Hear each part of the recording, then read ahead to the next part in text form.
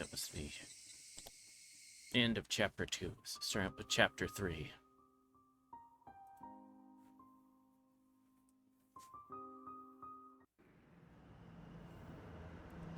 Allow me to introduce you. This is Major Takano. Major, this is Kyosuke Irie. Hello, I'm Irie. Irie seemed extremely nervous at our first meeting.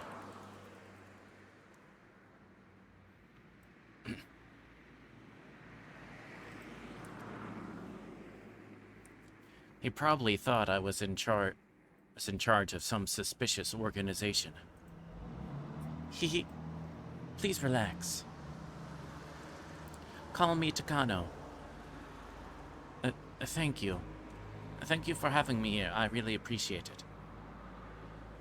Please have a seat. A model, lower middle-class citizen was a good way to describe Kyosuke Irie's demeanor. You could also say he was the stereotypical type of person to get conventionally discarded after those crafty elders used their seniority to constantly pick on him.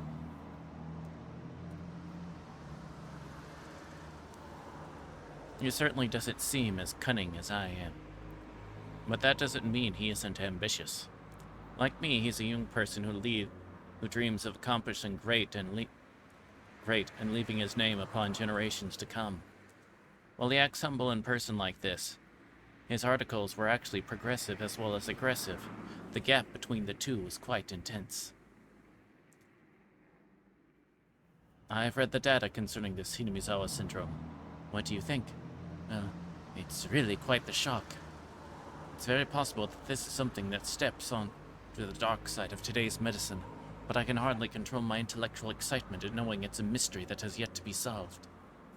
Hearing that made me chuckle. Irie is more than interested in Hinamizawa syndrome, which is good enough for me. She had been through the ringer with far too many people to reach this day, so her own intuition could tell she would get along well with this man. Even if he isn't useful to me, he won't cause any problems. For both me and my sponsor, he's the best person possible for the job. I was shocked too. To imagine a man of your experience and medical knowledge just wasting away in the medical office without any responsibilities or work to accomplish. I have to say that was a grave loss to the medical field.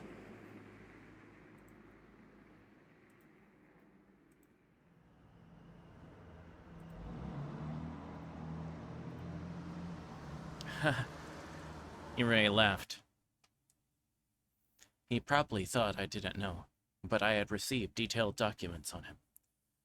So I knew why he was exiled from the limelight despite his rare talent and achievements.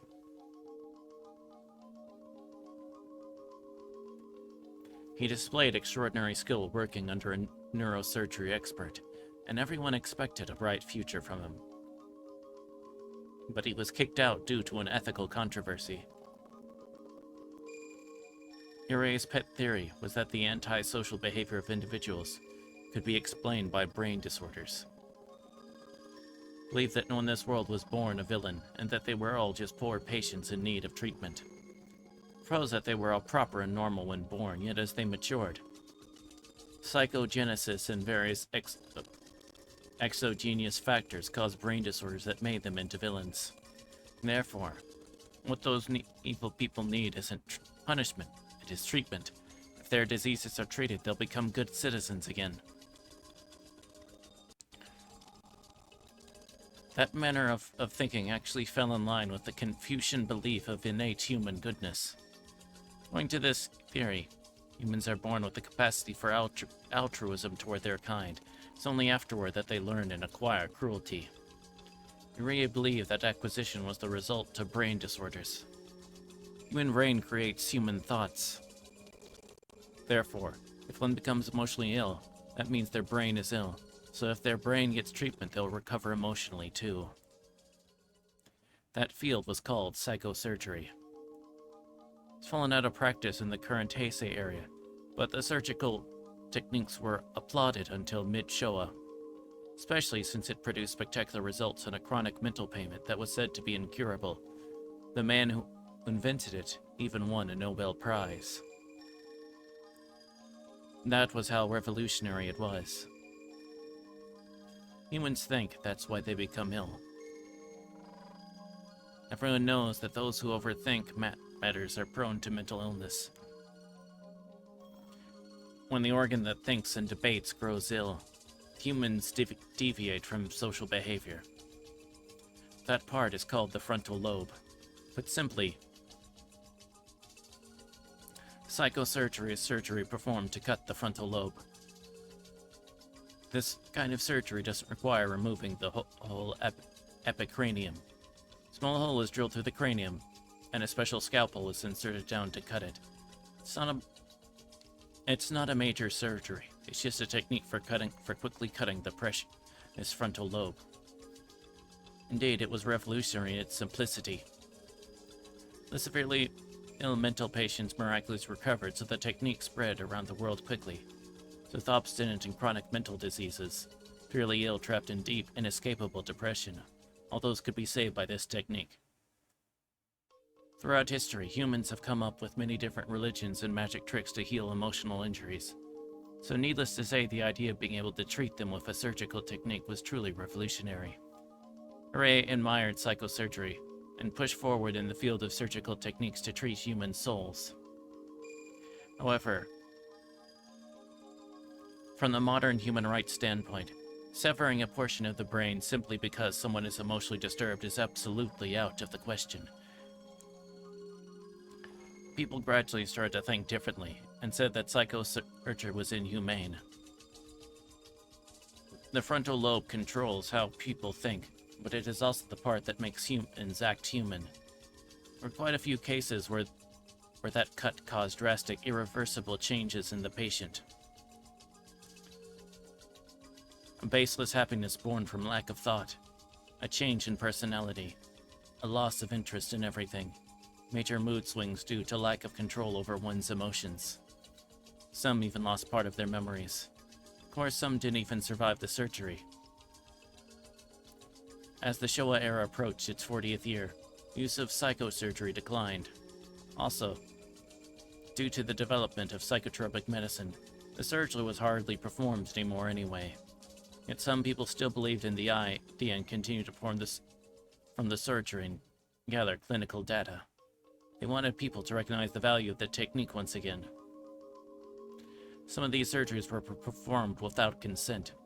One theory is that in Japan alone, there were thousands of people who woke up from general anesthesia, who could find part of their brain had been removed.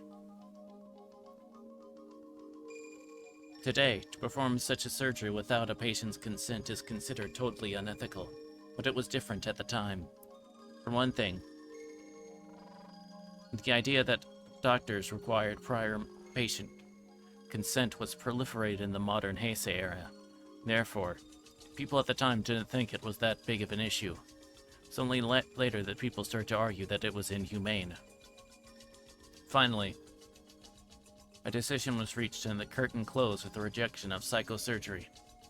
Later, the Japanese Society of Psychology and Neurology passed their resolution to end psychosurgery. After that, psychosurgery was banned throughout Japan and made a forbidden subject of Japanese medicine. Irie was the leading person in the field of psychosurgery. He continued to advocate its effectiveness and results. Therefore, he was treated as a war criminal who practiced inhumane medicine, and he was exiled from the public eye. However, that doesn't mean he changed his beliefs. He still believes that immoral behavior is caused by brain disorders, and the secret of treating them is in fact hidden in the brain. Okay, so I get, treating this stuff with this by effectively treating the brain, that's fine or whatever, but,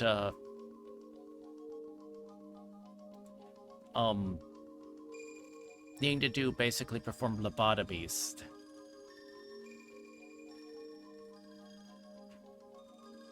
Is,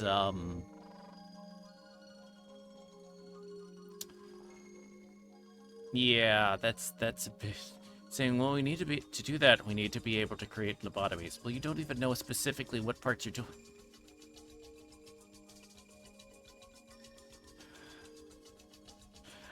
The cut out the thing, we think this part of your brain is not working right. So we're gonna cut this part out. We don't know exactly how it is. No, not really, but it seemed to work.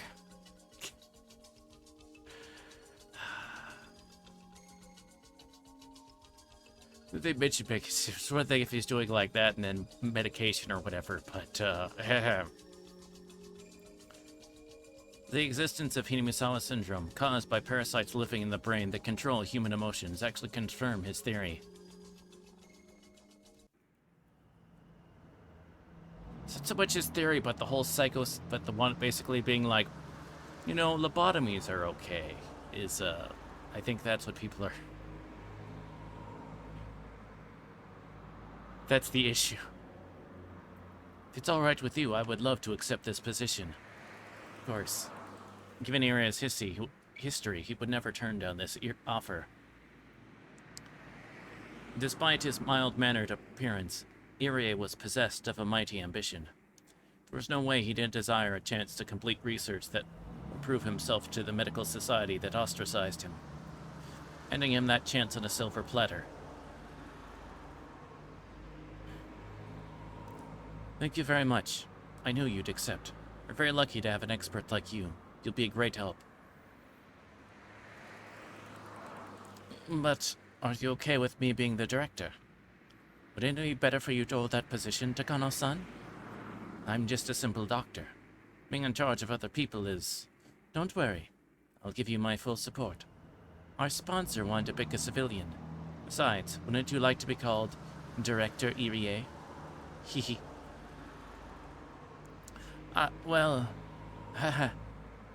Irie laughed to hide his embarrassment. We're building a research center in Hinamizawa. Publicly, it will be a clinic. So with your consent, Dr. Irie, we'd like to call it the Irie Clinic. But, Lord of my own castle, that's more than I deserve. Be placed under the SDF, so you'll be registered as a medical officer with them. Since you'll be my superior, you'll be a lieutenant colonel. Lieutenant Colonel Irie, how does that sound to you? I'm not a military man. I'd rather refrain from being called Lieutenant Colonel. Director is already a frightening title as it is. Oh my. He's getting a chance to research brain parasites. Plus, being given the title of director of a new clinic is camouflage. Plus, it comes with staff and funding. He'll even have support from the Defense Agency and Ministry of Health and Welfare, as well as a research lab with state-of-the-art equipment. No wonder he's laughing so excitedly. However, there are some risks too. Since he'll be involved with this secret research, he has an obligation to keep it a secret. Also, he's going to an area plagued by a mysterious and bizarre disease. There's no guarantee he won't contract it himself. Irie is too young to even think about those things. Aware of all the risks, he quickly signed the contract with the ambition to have people recognize his talent once again. When I saw him sign the contract, I finally relaxed. I knew he would agree to join us, but at the same time, I was afraid of the chance that he'd refuse. Selecting a director proved more difficult than expected, and the only candidate Takano paired well with was Irie. So if Irie refused to take the position, then frankly she'd be placed in even a worse situation. Now that Irie agreed to take the case, research on the Hinamizawa syndrome can finally begin. The research center, or rather the clinic, will be completed next spring. The Ministry of Health and Welfare and the Defense Agency will send the best equipment and staff, plus an abundant supply of funds. Then finally, our research will begin in earnest. Everything is going well. Of course it is. So much effort into making sure things went smoothly up to this point. Okay, that's it. Congratulations, Dr. Irie. Major, the contract has been signed. Thank you. I look forward to working with you, Director Irie. I look forward to working with you too, Takano-san. I hope we can get along. I'll be devoting my best efforts to this. No, thank you. Let's both give our best. Now the position of director has been fulfilled. Everything is set.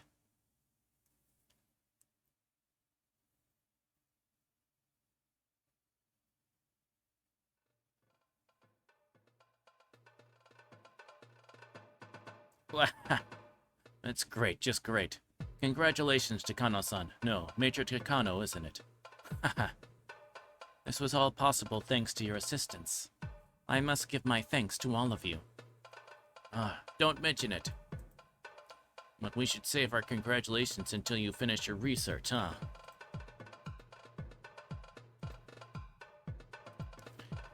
You're only at the starting line, aren't you? Exactly. I'll be devoting my every waking moment to this research. I can hardly wait to see the result of what Dr. Takano couldn't finish.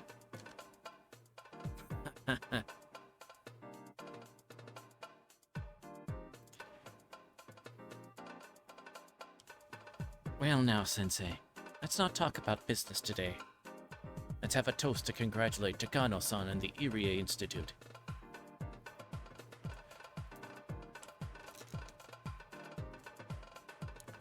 Hello everyone, I'm Nagata from the Ministry of Health and Welfare. I would like to say a few things before the toast. Takano-san, make sure works hard, okay? It's research and will be supporting the Institute. If you need technical support, just call him. Make him work hard? No, I have to thank you for your support. I'm Takano, pleased to meet you.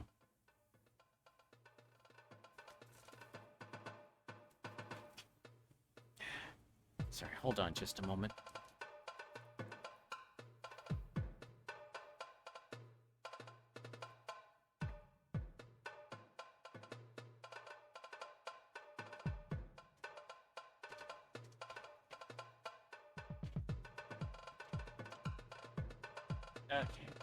Okay. I have to switch the, I'm using headphones, but I need to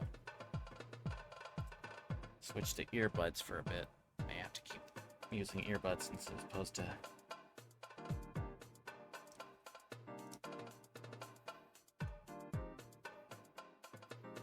I'm having to use a cool rag on my head because of its, the heat. But, the heat's been apparently affecting me. Okay, so...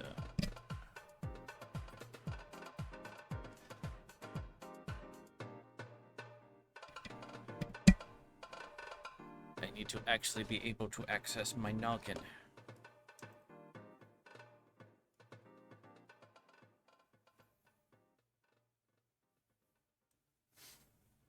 Okay.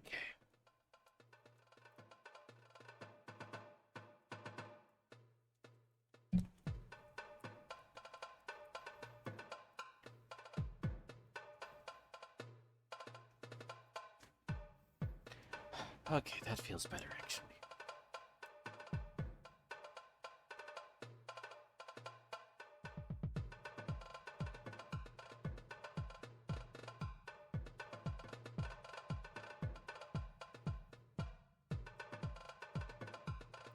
Okay, still working. Yes, okay, good.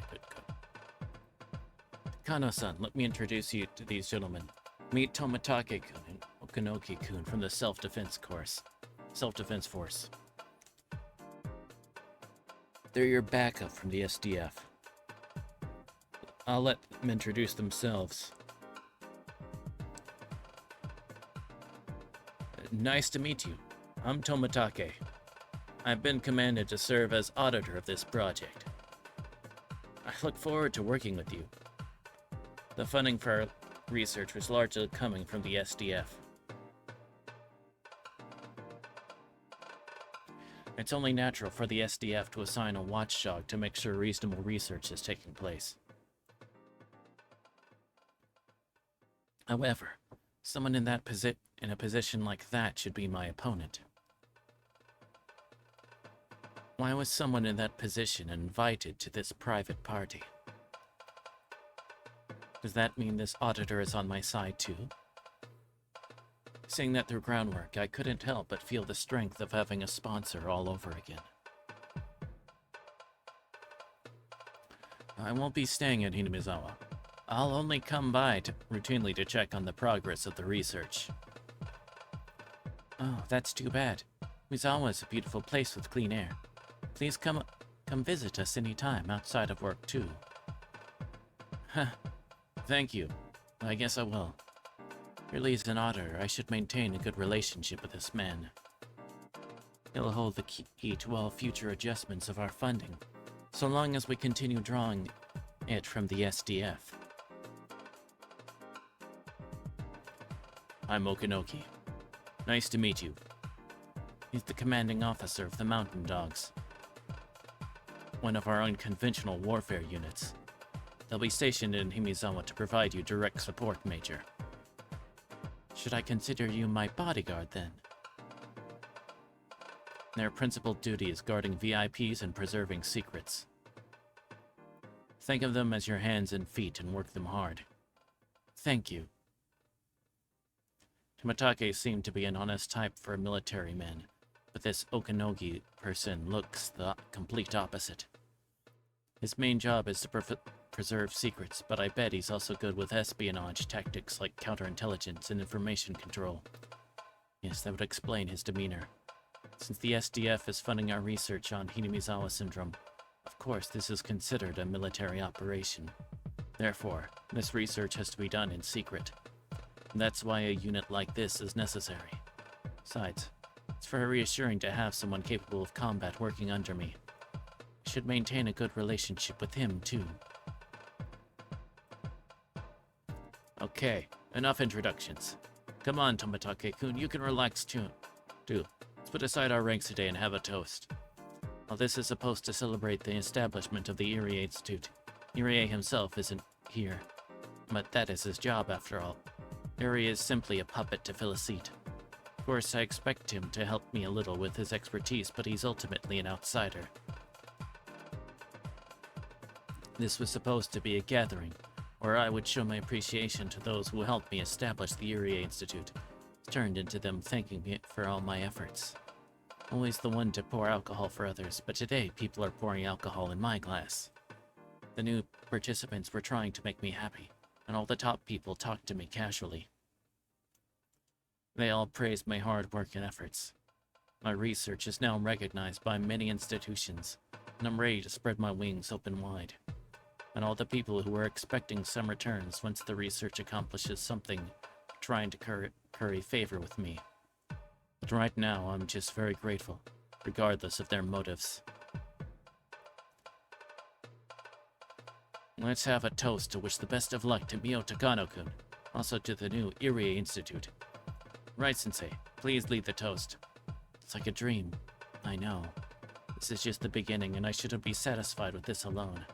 Just for today, I can forget about everything else and enjoy this celebration. I'm not a heavy drinker, but the drinks taste good tonight. The more I drink, the happier I get. This really is wonderful. Called Major by Tomatake and the others is wonderful too. That's the rank my grandfather had during the war. Means I finally caught up with my grandfather. This is only the beginning. From here on, I intend to reach what my grandfather couldn't. This is the best night of my life.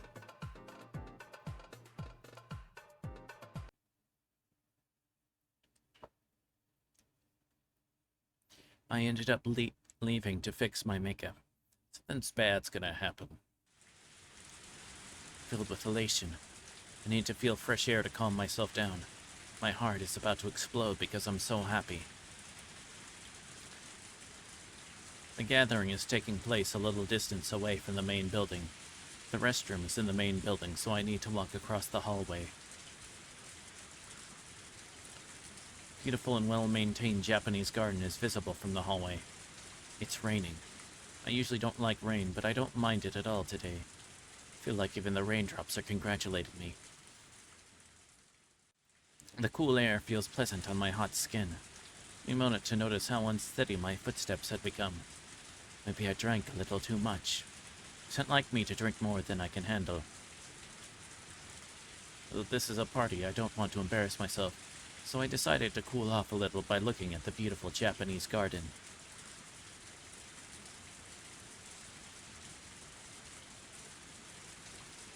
I found an elegant chair set on a red carpet nearby and sat down on it. Since I was with the associates until now, I was forced to constantly be on guard against embarrassing myself. Now that I was alone, I could let go and truly relax. Look up at the sky, I realize it's still raining hard, but in the distance the horizon is a little lighter. Maybe it won't be raining for much longer. Well, that's normal. Rain stops eventually. Without how cold it is or how hard it's raining. Rain stops eventually. I saw a pair of sandals and an umbrella, almost inviting me, so I took them into the garden. The tasteless laughter coming from the party sounds far away. I tilted the umbrella and looked up to the sky. I felt the raindrops hit my face. I gazed up at the sky for a while, forgetting all about my hair getting wet.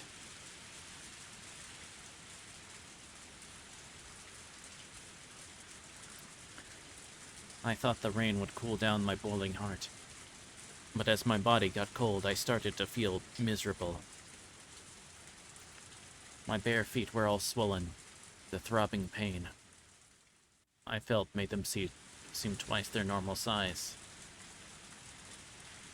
Wait, is she having a flashback to that night with the... She was escaping from that orphanage? I think she is.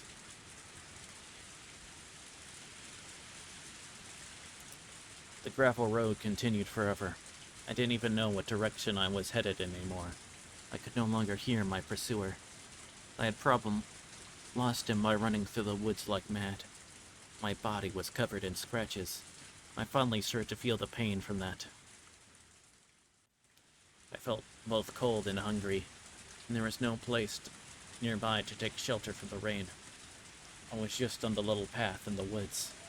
My worst fear was that I could end up heading back towards the orphanage, after bolting and losing my sense of direction. Okay, yeah, it's a flashback. I had crushed that man's finger. I didn't think I bit it off, but I was sure it would leave a scar. Taking that into consideration, it was very clear to me what kind of torture awaited me back at the orphanage. Therefore, I'd have to reach the House of Love and Mercy. If only it had been daytime, then I could easily have found the right way to go. With this rain, there's nothing I could do, but I couldn't stop. I had to keep walking until I reached something. I wonder if Eriko and the others had escaped safely. I didn't know how many people came after us, but at least one came after me. In other words, it meant they had a better chance. Did they reach the House of Love and Mercy? Were they drying themselves with soft towels? If they still remembered me, would they save a towel for me too? I felt so cold. I wanted to find shelter and sit down, but there was nothing of the sort. I saw a tree that looked like I could take shelter under it, but the branches and leaves were dripping with water. It was then that I realized that the sky was gradually getting darker. Would this day end in rain? There were no street lights where I was. Soon enough it would be totally dark. Then I wouldn't be able to walk any further. I just wanted to sit down even if it was raining. But if I did sit down, I probably wouldn't be able to stand up again. So I endured. If I hadn't escaped with Eriko and the others, wouldn't have had to go through such misery.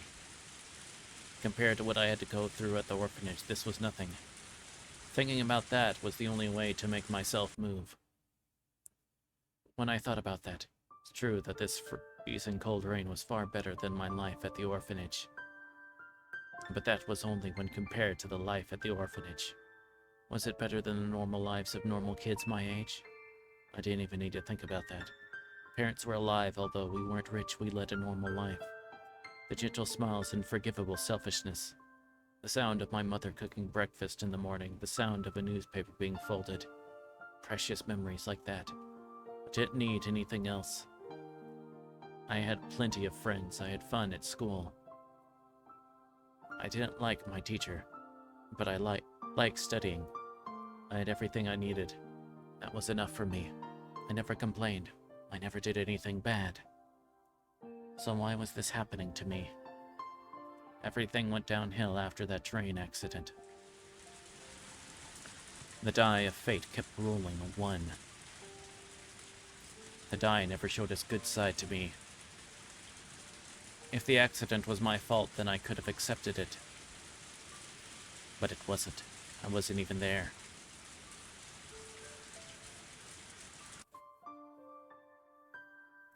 I waited for my parents at home. I liked going to the mall with them. We always had a meal at the restaurant in the mall. I always told them to let me know if they were going to the mall. But on that day, they went without me while I went to my friend's house to play. My friend wasn't in, so I went back home.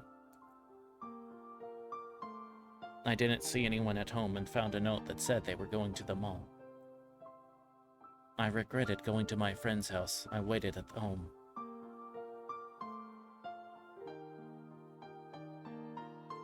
They didn't come home. They were still gone by dinner time. I was getting hungry and got angry with my parents for leaving me. Thought they were having dinner at the mall restaurant without me. I hadn't gone to my friend's house. I would be eating dinner at the restaurant too. Loved the little flags that came with the kids' meals. I was collecting those flags. Yes, I was trying to collect 20 of them, thinking that once I collected 20, something wonderful would happen.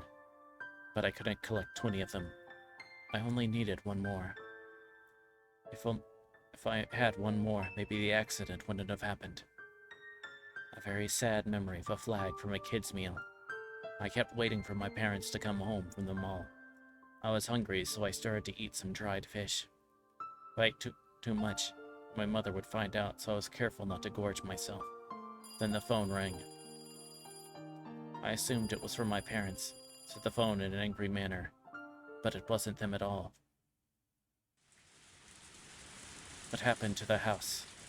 We had rented it, so maybe somebody else had already moved in. What happened to my room? What about my desk and all the flags that were in the right middle drawer? It wasn't my house anymore. Then where was I supposed to go? Even if it remained my house, my parents wouldn't be there to welcome me or protect me. Just because I didn't have my parents to protect me, the whole world became so cruel. How could anyone take me away from the house I was used to living in just because my parents were gone? Why didn't they just leave me alone? They asked me many things. They tried to confirm many things, but how could I have understood any of the forms they gave me? I was asked a yes or no question. I had no choice but to answer yes, for I knew it. I ended up at the orphanage. It was beyond heartless. I didn't do anything wrong. I was just a little girl. I had to sign so many papers, but why this? The warm and gentle world ended suddenly without advance notice, and I was thrown into the cruel and merciless world alone. Was this the real world?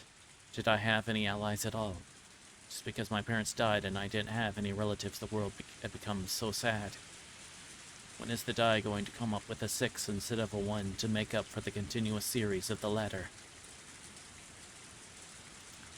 Ugh. Tears were pouring down my cheeks.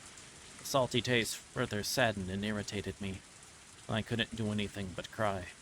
No matter how hard I cried or pitied myself, the cold rain wouldn't warm my body or save me. I didn't even know where I was or in which direction I should go.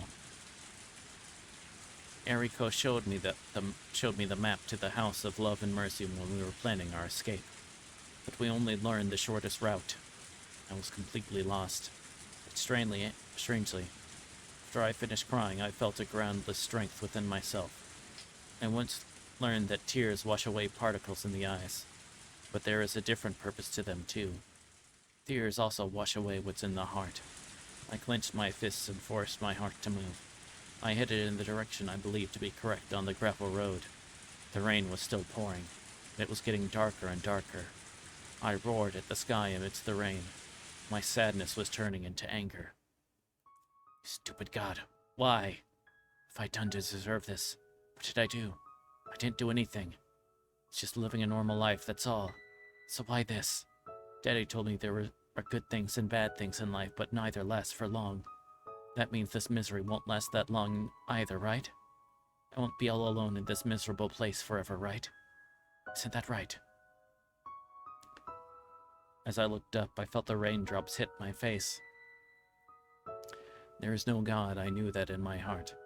Such disbelief wouldn't save me. If I believed he was there, I should have been saved. No, I needed him to be there. Was he going to answer me? I heard thunder. Then I realized he was there. He was there when he was listening to me. His eyes, everyone was supposed to be equal. He was listening to me. I've gone through enough. More than enough. If I was too happy before, then I could take this misery. But I wasn't. I was living a normal life. If you asked me if I was happy, then sure I was. This is what I get in return? That's not fair at all. I heard thunder again. He was listening. I continued. If this fate of mine was your mistake, then let me be free. Please end my misery and let me be happy again. But if this is in fact my fate, and I'm supposed to live this way until the end, and I don't want it, kill me. Kill me now with your lightning. Just finish me off now. Come on. Kill me ruthlessly right here and now. I heard thunder again. It's loud enough to make me shiver. Normally I would just hide in the house and wait until the thunder went away. But on that day I wasn't afraid. Come on, kill me. Miyoko Tanashi is right here. Just like you killed my parents, take my life too. The heavens replied to my provocation. The heavens took aim at me, a lowly human who dared sling constant, insolent insults at them. That was my wish. I opened my arms. He's God, so he wouldn't miss me. However, I guess even God makes mistakes sometimes. If we're supposed to be fair, he had been unfair with me. Come on, kill me.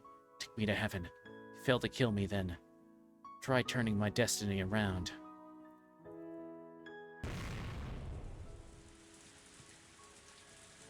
A flash from heaven. I thought I smelled something burning just before it hit. The sheer force knocked me to the ground. It was a strange experience. It was something that had just happened, but it already felt like it happened many years ago. I had no idea how long I was down for. I smelled something odd. The bad stench woke me up. When I looked, I saw that a huge tree behind me had been split open. Its leaves were smoldering. I looked up and saw sparks in the darkness. I couldn't understand what just happened. I just stood there. The thunderbolt had struck.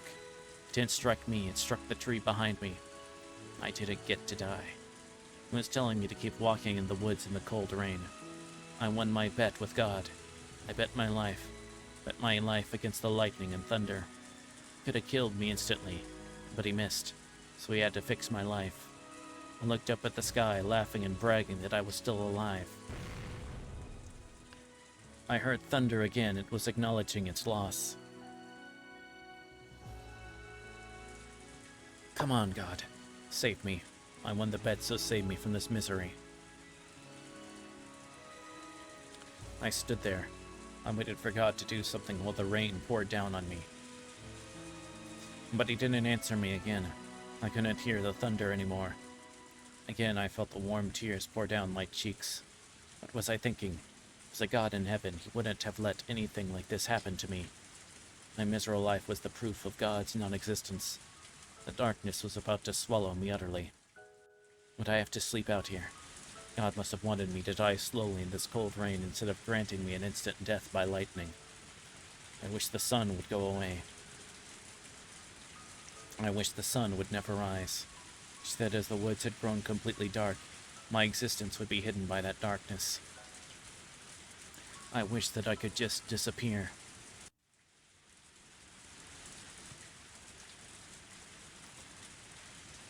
Had it been an eternity, or was it a matter of seconds? I couldn't even tell time in such darkness. It was then that I saw something. It was a light. I noticed it only because the woods were so dark. But is it really there? It had been there this whole time. I felt like the light was inviting me towards it. It was a fluorescent light.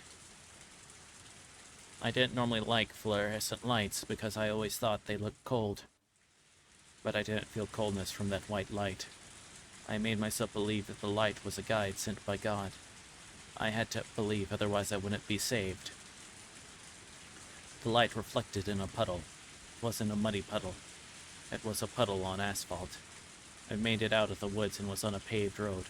The light was a street light. Being on a paved road didn't really solve anything. It was just a country road. It was a road that went through the woods, so there were no houses, no shops, and not even a single car going by. There weren't too many street lights on the road, so it was still very dark. My feet touched the asphalt. It felt so different from the gravel I had been walking on earlier. It felt almost merciful. My feet had grown used to walking on gravel, but after feeling the softness of asphalt, I never wanted to go back to the former again. I could only choose between heading left or heading right. I was grateful to God for leaving me to this asphalt road, but I wished that he had given me a little more guidance. Such a little bit of luck would make for all the unhappiness I had gone through. And that was when I sensed his guidance. Saw another light in the distance. It was only on the right side. I headed towards it, and when I got there, I understood what it was. I was amazed to find it there. A telephone booth. Who would actually make a call in the middle of nowhere? A telephone booth in the countryside was rather unusual. There were plenty of red public phones all over, but I'd always thought telephone booths only existed in big cities. It almost looked as though the telephone booth had been put there as punishment for doing something bad. And I thought that I felt bad for the lonely telephone booth. It reminded me of myself. Even if I went inside the telephone booth, what could I even do in there anyway? I already knew the answer to that question, but no matter what I did, I just had to get in there. The door squeaked as I opened it. There were lots of bugs flittering around because of the light. I usually hated bugs, but in that moment I felt like they were my friends, sheltering from the rain like me. There was no heater. It was still very warm inside of the booth. It sheltered me from the cold rain. Soon enough, I crumbled to the floor. The warmth from the fluorescent light embraced me gently, and I felt like it was telling me that it was okay to cry.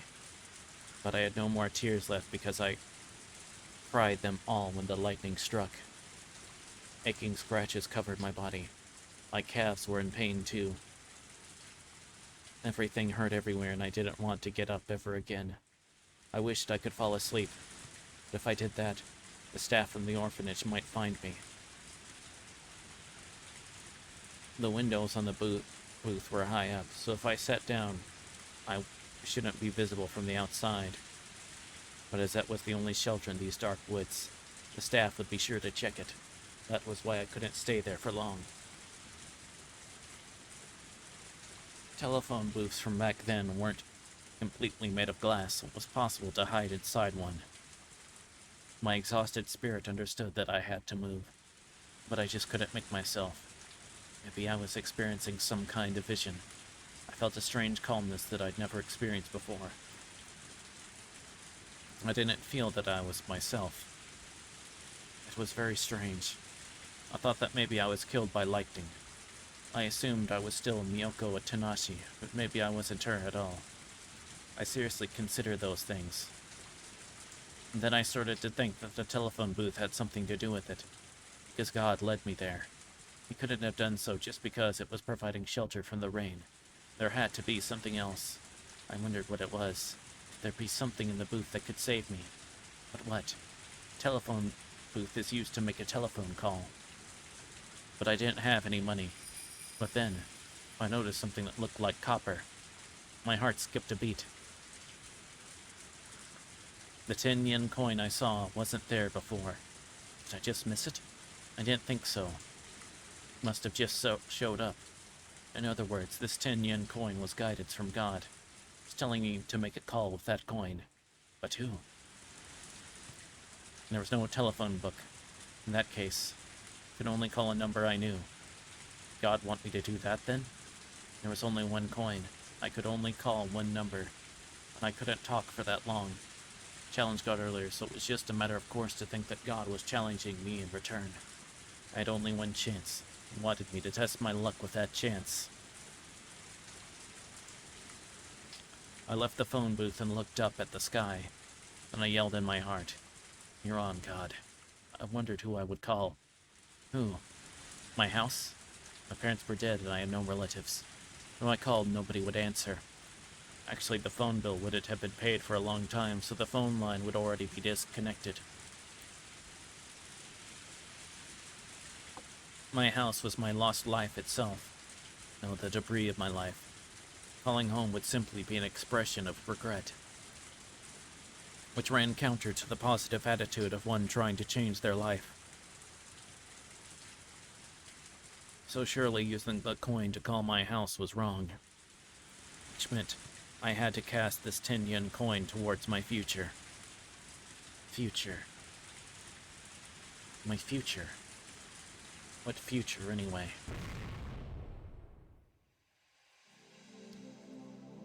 Then I heard a huge thunderclap which cleared my mind. In that clear state of mind, I saw something from the past. It was the last sight of my father. His final moments on the hospital bed. Through suffering from pain, he tried to tell me something very important. If by chance I'm to die, turn to Dr. Takano. Dr. Hifumi Takano. Say it for me. Hifumi Takano. That's right, Hifumi Takano. He's my former teacher. He will help you.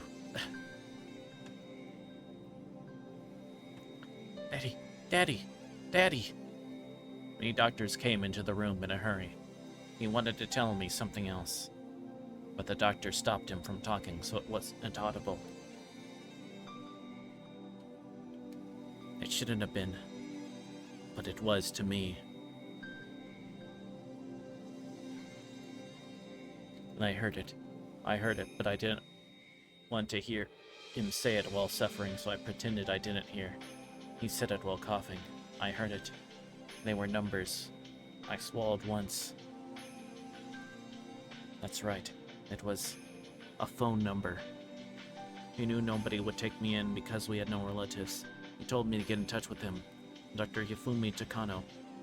Tried to tell me his phone number. What had I done? Tried so hard, using his last chance to tell me the most important thing. The thunder from earlier had made me remember it. Number I couldn't remember.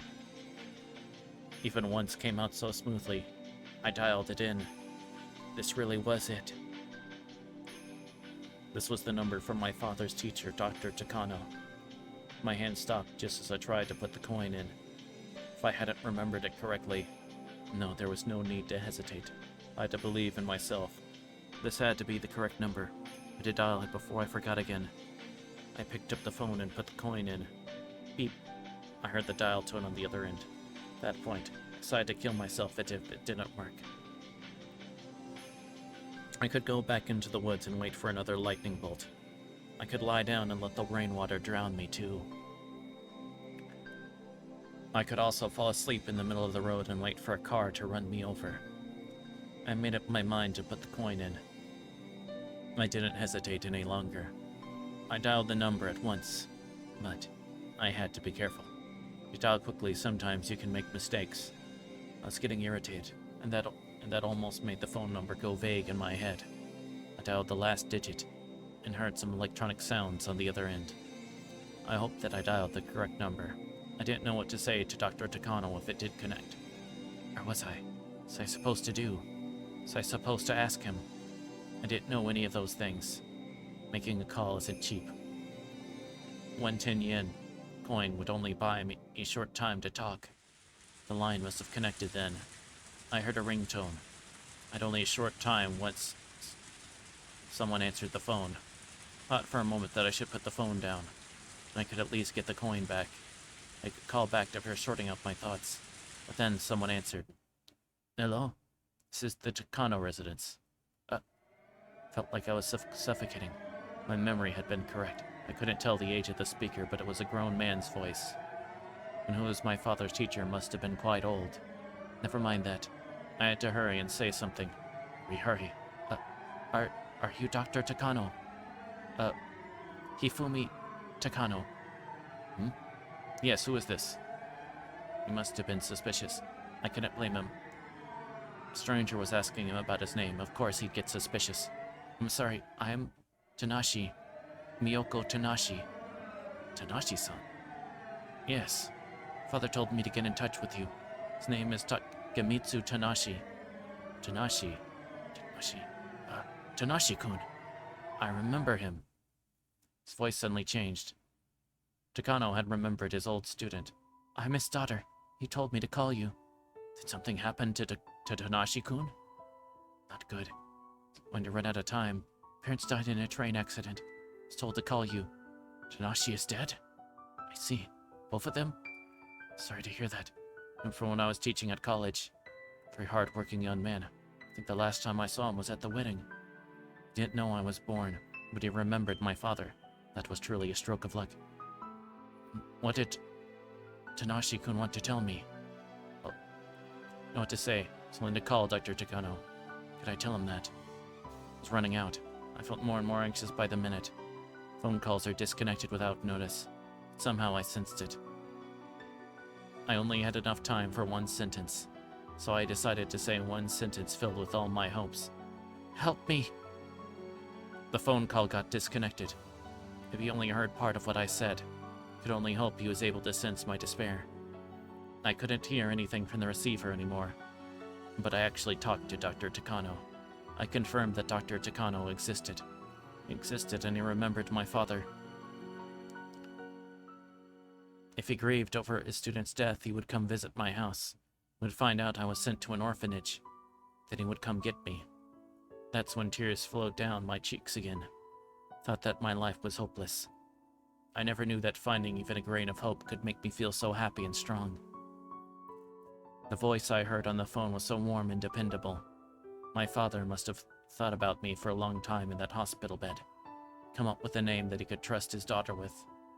Dr. Hifumi Takano. So I could trust Dr. Takano. I had to believe that he would find me. But it might take more than just a few days. I'd have to wait patiently. A few days. Month? More? Could only wait patiently.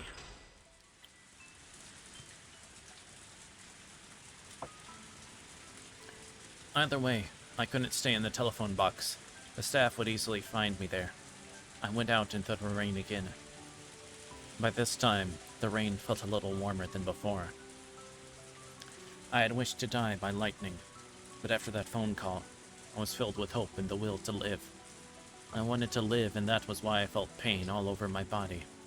When I still wished to die, I didn't feel anything. I had to wait patiently until Dr. Takano came to pick me up. I had to get to the House of Love and Mercy. That would be the best place to wait for him. Didn't think the orphanage would tell him I escaped to the House of Love and Mercy. That the house wouldn't stop me from calling him. All I'd have to do was call him again and let him know where I was. But I didn't know where I could find the House of Love and Mercy. I couldn't see any signs anywhere. And I didn't even know what direction the orphanage I escaped from was. But I couldn't just stop. I had to walk. I had to find shelter. I had to find someone to ask directions for the House of Love and Mercy. I had to keep going because I finally saw the light at the end of the tunnel. The chills and throbbing pain tormented me, but I couldn't die until I met Takano-sensei.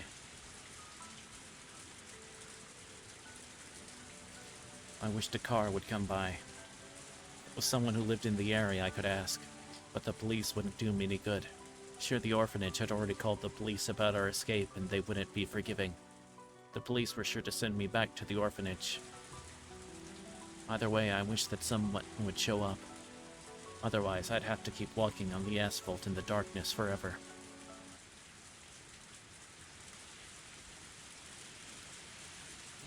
How long did I walk? Still no car. Just as I couldn't help but think that maybe the world perished, leaving only me behind, a car showed up.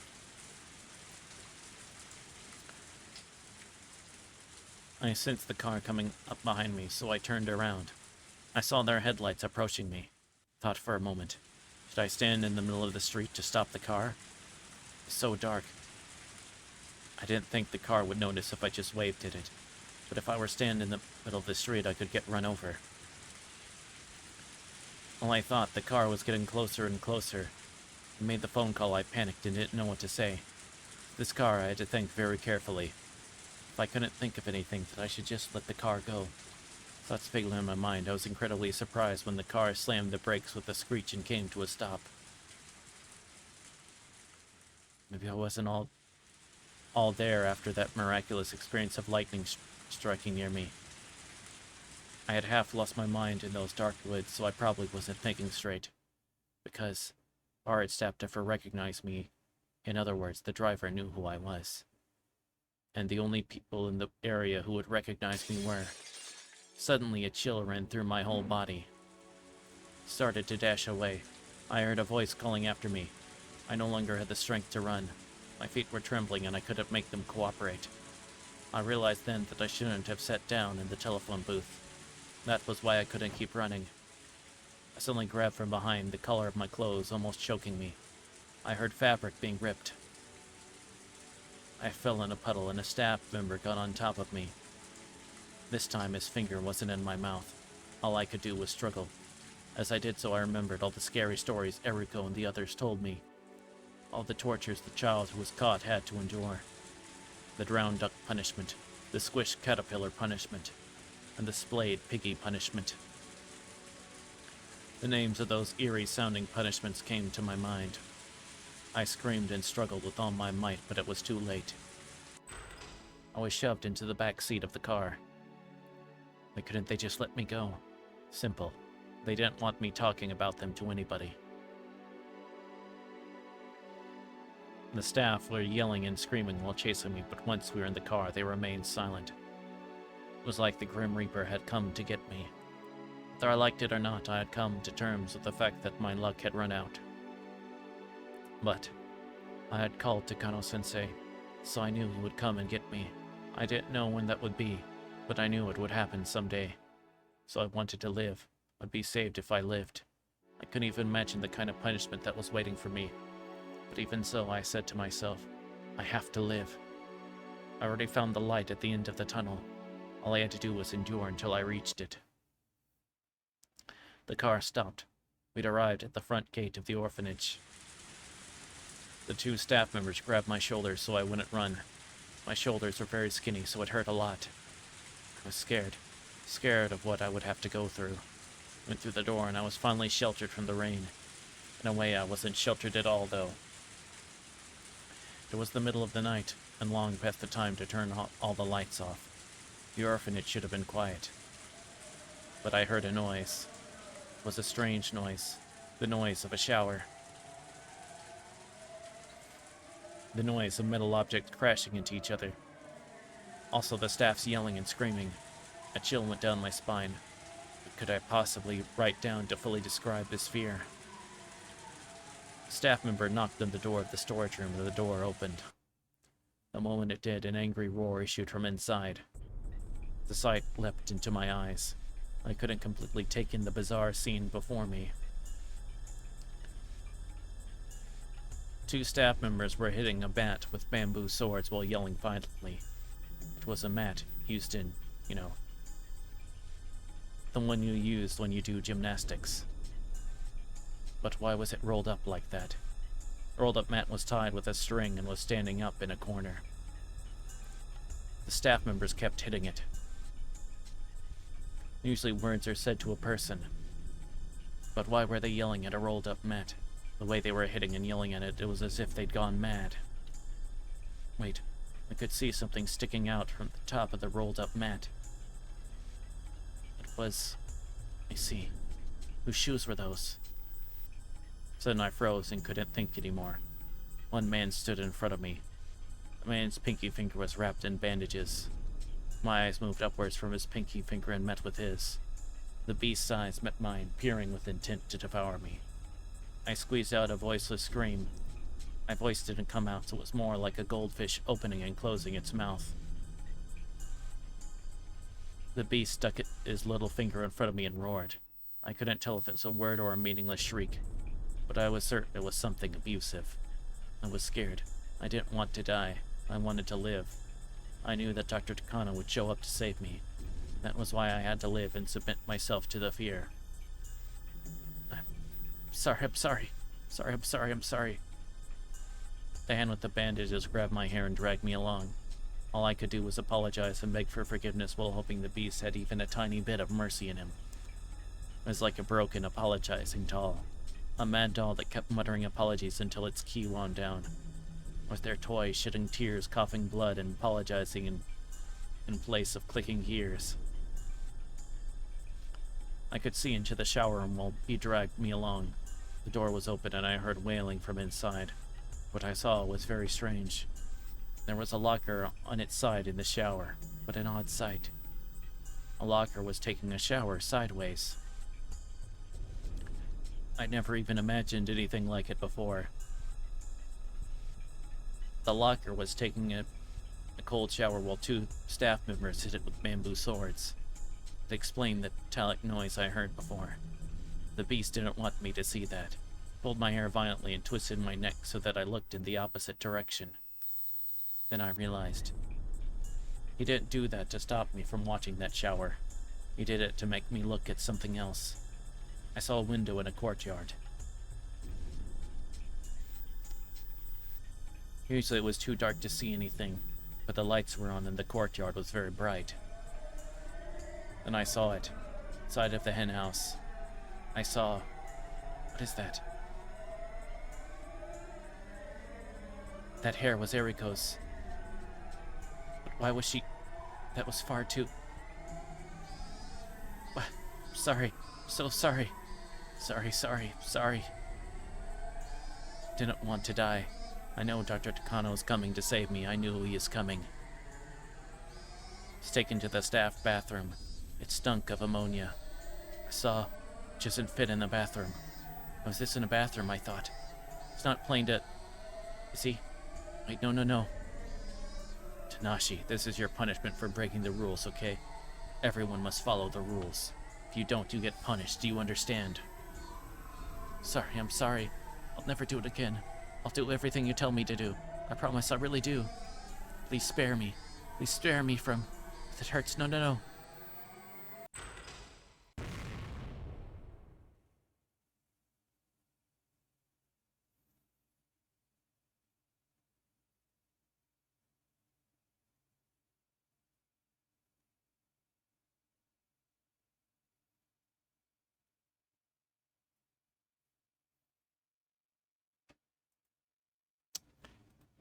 Well, that was a thing.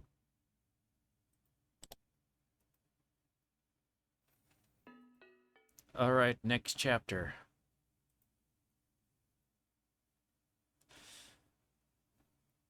I'd say maybe it gets better, but, you know, with this series, I don't want to take a risk. That's just triggering a flag.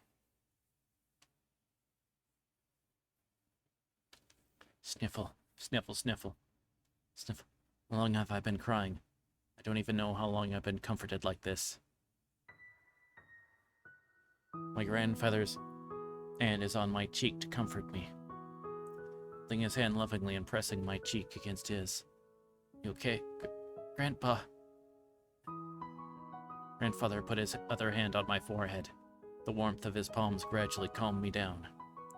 Piles of documents were all around me. It was a mistake to sort through data while lying on a fluffy carpet. I must have fallen asleep and had a terrible dream. If you sleep facing down, the pressure on your chest makes it easier to have nightmares. It's getting quite late. Why don't you go to sleep, Miyoko? I'm fine. Took a nap, so I'm not sleepy anymore. I'm almost done. So I'm gonna finish up, okay? You have school tomorrow. You should go to sleep. Otherwise you'll get scolded for yawning again. Been going to bed late recently. Because of that, I yawn a lot at school. My teacher must have written a note to my grandfather. I'm fine. Go to sleep as soon as I'm done. So please let me finish, okay? Besides, you shouldn't mind me. Go back to your study and continue with your article. The day for him to present his findings is approaching. He's been working so hard, devoting himself to his research, but there's unfortunately a limit to what an individual can do. He needs a collaborator in order to go further with his research.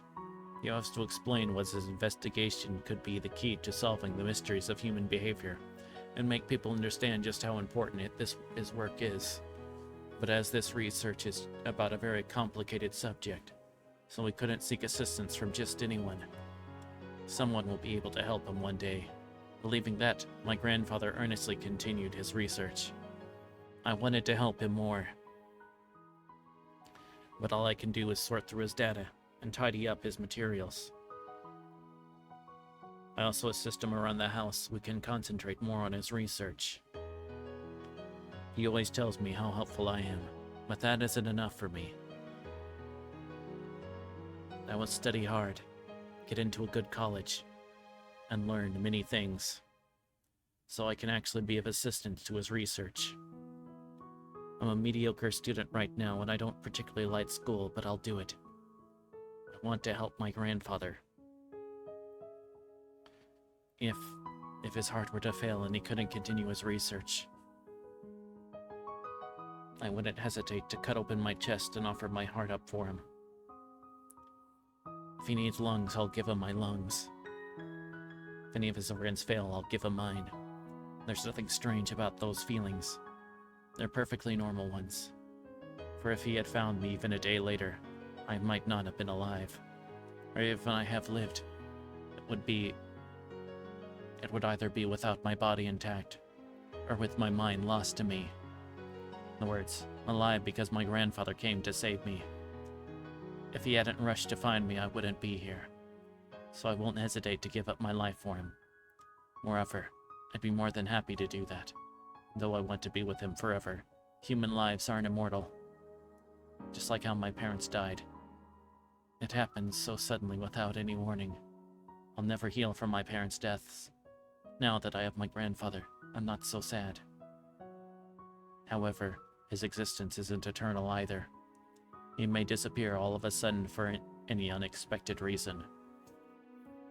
Just like my parents. That's why I wish to be part of him. That way, no matter what happens, we'll be together forever. I don't want to be alone ever again. I want to be with my grandfather forever. I want to help him forever. Okay. And be sure to go to sleep after you finish this, okay? Promise? Yep, I promise. We pinky promised after that. We smiled at each other and my grandfather went back to his study. The dried up tears are making my cheeks itch. I headed to the bathroom to wash my face and brush my teeth. I looked at my face in the mirror. None of my grandfather's features are recognizable on my face. Of course they aren't. We're not related. He must have a family too, but I've never heard about them. He doesn't seem to want to talk about that subject, so I don't ever ask him about it. I don't care if he has real grandchildren or not. Even if I'm not related to him, I'm a granddaughter of Hifumi Takano. Not just a granddaughter either. I want to be more than that. I don't want a parent and child relationship, nor a lover's relationship, nothing like that. I want something more absolute that binds our souls, something that not even a tragedy can destroy. I am Mio Takano, Hifumi Takano's granddaughter. Maybe it should be Mio instead. That's what my grandfather sometimes calls me. I want to succeed Hifumi's spirit. Since his name counts from 1 to 3, I want us to share that 3 and be the 4th in his line. Today my name changes. I write that new name in the mirror.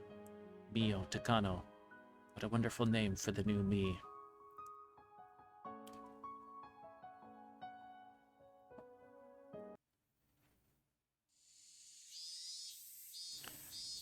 Colonel, sir. Good to see you again. Takano-kun. Come, no more Colonel stuff. No. It's worried when I heard you were ill. You sure look great now. My grandfather always told me he doesn't have any friends. He used to tell me everyone died in the war. But that's not true. He has one very close friend. This is him. He's an elderly man my grandfather calls Colonel Koizumi. I don't know exactly where they met, but every time they get together, all they talk about is the military and the war. So I guess that's where they met. Look at you, Mio-chan. How tall are you now? We just had a physical checkup the other day, and I think I've grown 2 centimeters. That's wonderful. Good girl. Make sure you eat well, play a lot, and grow big and healthy. I envy you, Takano, for having such a cute granddaughter. Koizumi knows that my grandfather and I aren't related, but he always calls me his granddaughter. That makes me very happy, so I poured a little more black tea into his cup. After I finished serving tea, I left with a bow. I want to stay and listen to them talk, but I guess my grandfather doesn't want me to hear stories of the war, so he always makes me leave. I left before I was told to, but having to leave doesn't mean I need to go to a different room. I just headed to the other side of this huge living room instead. Though I'm not right by them, I can still sit on a sofa and listen to their conversation. If they need something, I can come help them right away. I try to earn points that way to prove I'm useful.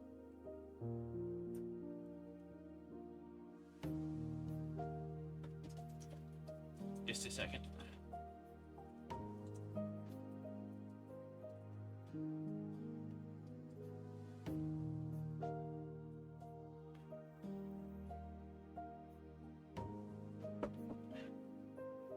I had to get more water.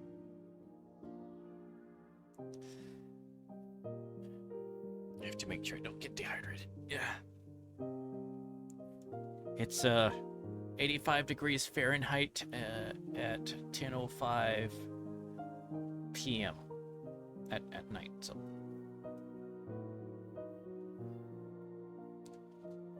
how much is that centigrade?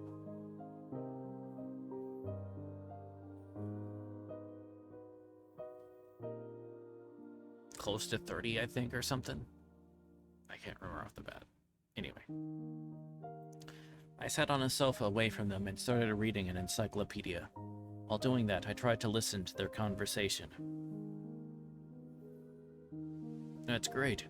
Professor said they want to come over on Sunday, the week after next. Really? Thank you very much, Koizumi-san. Don't mention it.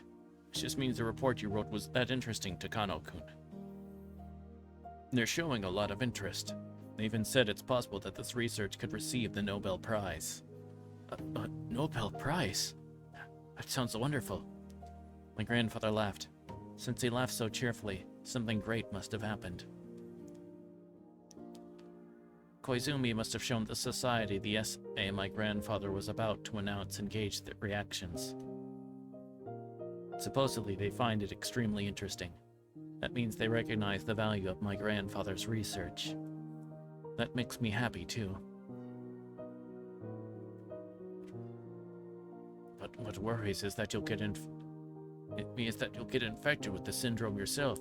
Make sure you don't end up clawing out your own throat, okay?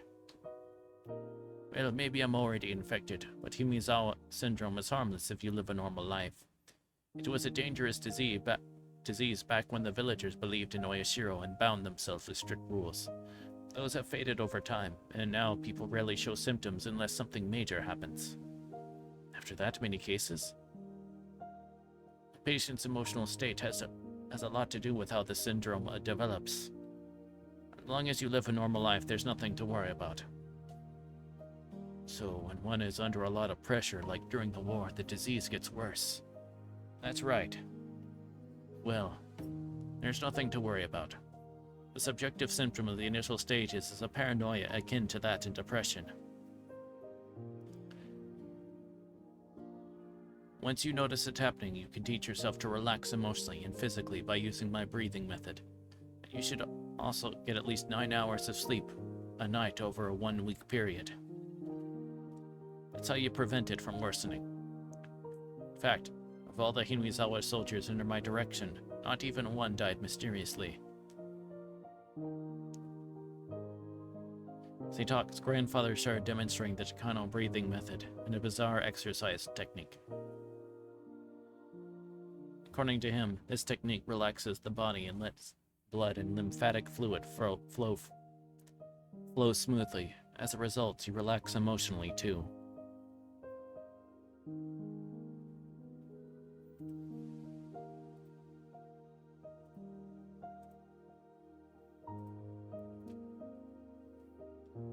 But the movements involved in the technique are so weird. I had to look away because my grandfather looked so silly. That was the one thing about his research that I felt bad about. Grandfather, you asked me to do this exercise too.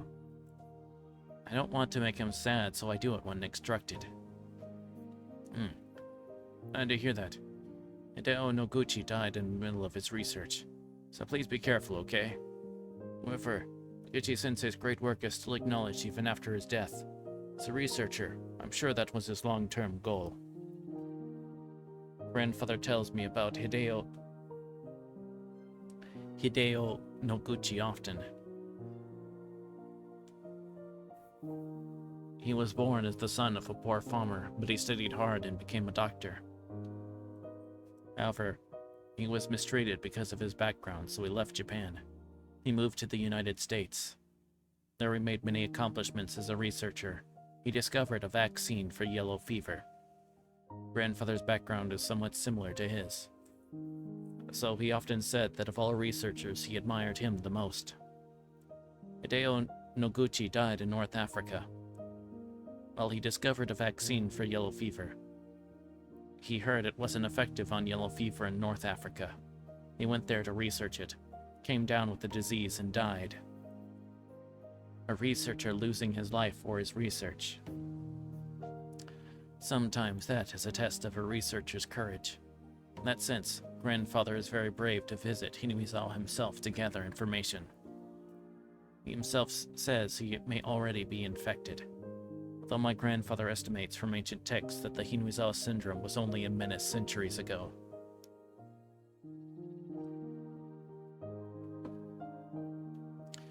And now it's no different from the usual bacteria that share a symbiosis with humans. Many people became ill with the disease during the war. That was because they were in an extremely abnormal situation. In today's peaceful environment, it's almost impossible for a person to develop symptoms. He sounds optimistic, but he never brought me with him to Hinamizawa, so maybe he isn't as optimistic as all that. However, since I live with him, there is a possibility that I'm already infected as well. But I'm not worried at all. That's because my grandfather has taught me that as long as I maintain myself physically and emotionally, I won't develop any symptoms. I know all about the horrible terminal symptoms of Hinamizawa syndrome, but I'm not overly fearful of them. Grandfather is enjoying his conversation with Mr. Koizumi. And that's understandable. Mr. Koizumi's told him some people showed great interest in his report. They even want to come over on Sunday, the week after next, to meet and talk to him directly. With the rapid advance of modern medicine, unexplored frontiers are steadily dwindling. Was it possible that Hinamizawa syndrome my grandfather discovered might be a new continent in the field? It'll be sighted in 2 weeks. It sounds like there'll be more than one person coming. Also sounds like they're all important people in the society. They're all rich and famous. If they aren't satisfied with just that, they all want to be involved with something that's worth an international award.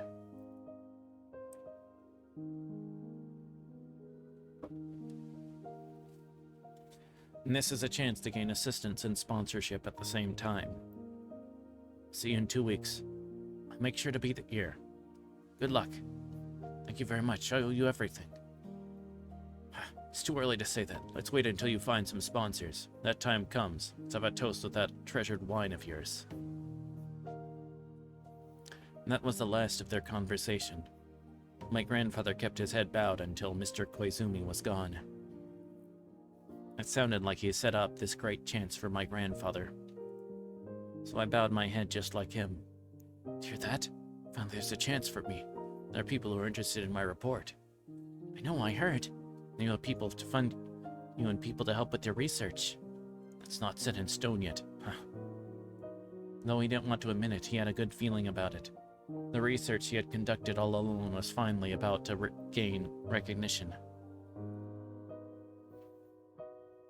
Sunday the week after next? Quite. I'll be busy. First impression depends on my presentation. Rearrange my data. No.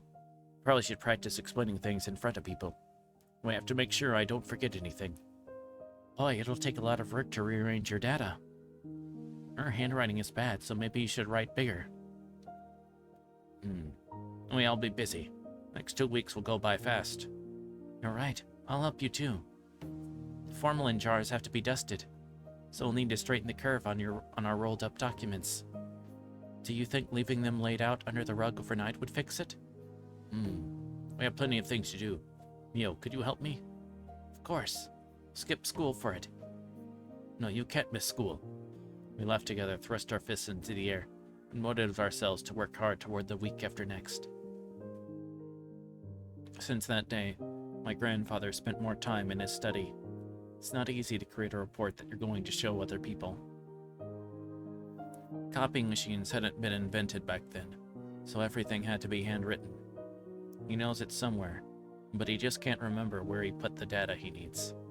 As for me, I have to make sure I have enough guest cups to serve tea, so I'm counting them.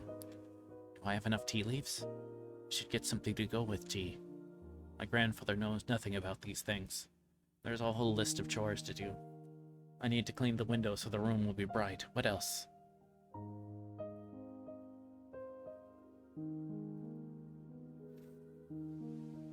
The 2 weeks pass quickly while we busy ourselves getting things done.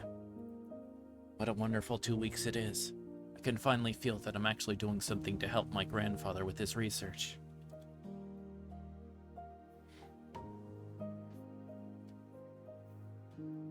Pardon me?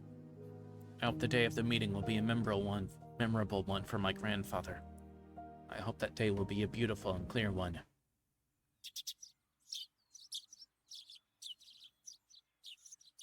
Just as I wish the day is beautiful.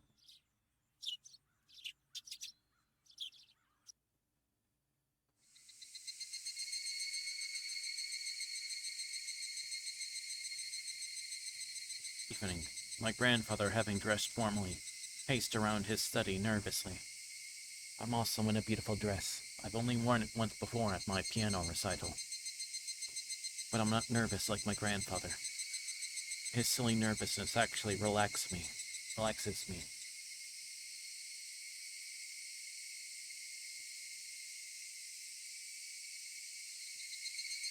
Sorry, just one moment.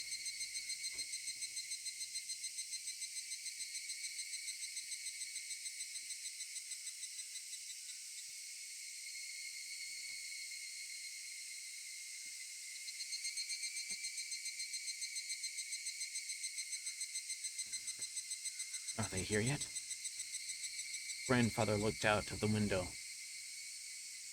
and a black car stopped in front of the gate. Back then, a car was a luxury item.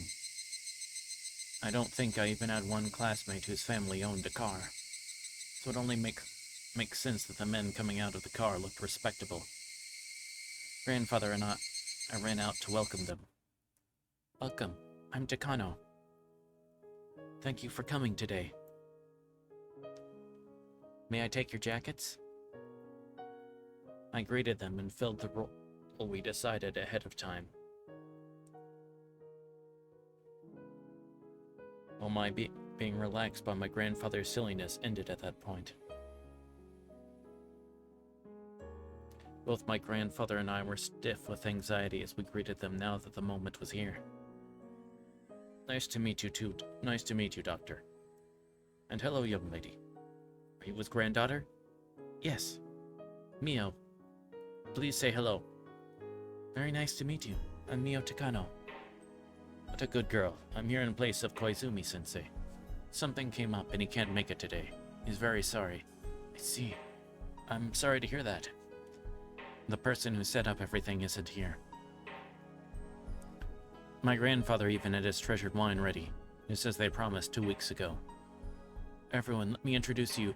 This is Dr. Ifumi Takano. Dr. Takano was the leading member of the Research Center for the Prevention of Epidemics in Manchuria during the war. He made many advances in developing synthetic food and synthetic alcohol as measures against malnutrition and ration shortages. Nice to meet you. Pleasure to meet you. Thank you for having me. The men are even older than my grandfather. They take off their hats one at a time to greet him. Their beards, expensive-looking canes, and glasses tell me they're very high up in society. Grandfather bows to each one of them. Everyone, please come into the study. Please excuse the mess. Come in, come in. Mio, serve tea for everyone. Yes. I wasn't nervous at all earlier. Now I think I'm the most nervous one. I'm not the one making the presentation, and I'm not the one being evaluated, so it's ridiculous that I'm feeling so nervous. I don't know if I should use that as my excuse, but I was so nervous that I knocked over the thermos I had filled to the brim with hot water, and ruined the black tea I'd chosen specifically for this day. Apologized to my grandfather and started to boil water again. I just need enough for the guests. Tell my cups of tea and cookies ready. Grandfather's presentation was its key part. It pierces the blood or lymph vessels, spreads to the spinal cord. There it travels along the cerebrospinal fluid to the brain. Confirmed in cases of encephalitis after autopsies. Oh gosh.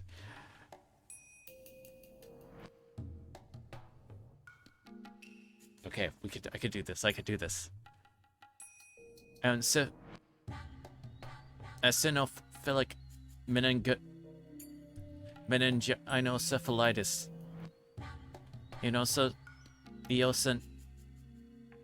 Eosinophilic meningitis.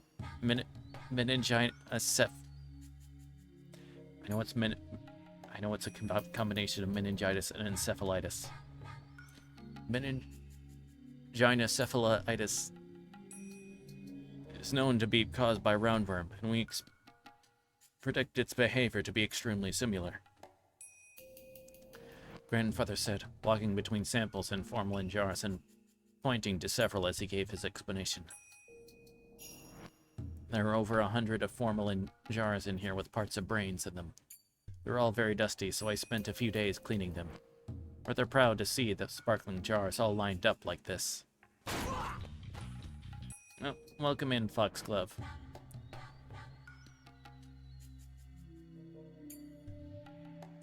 And thank you for that fluid check.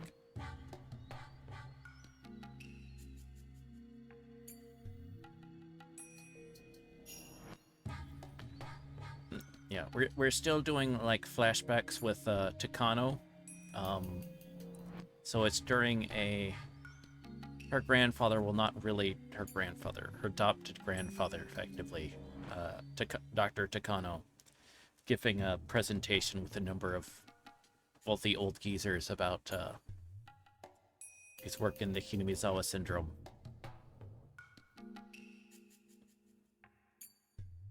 Rather proud to see the sparkling jars all lined up like this.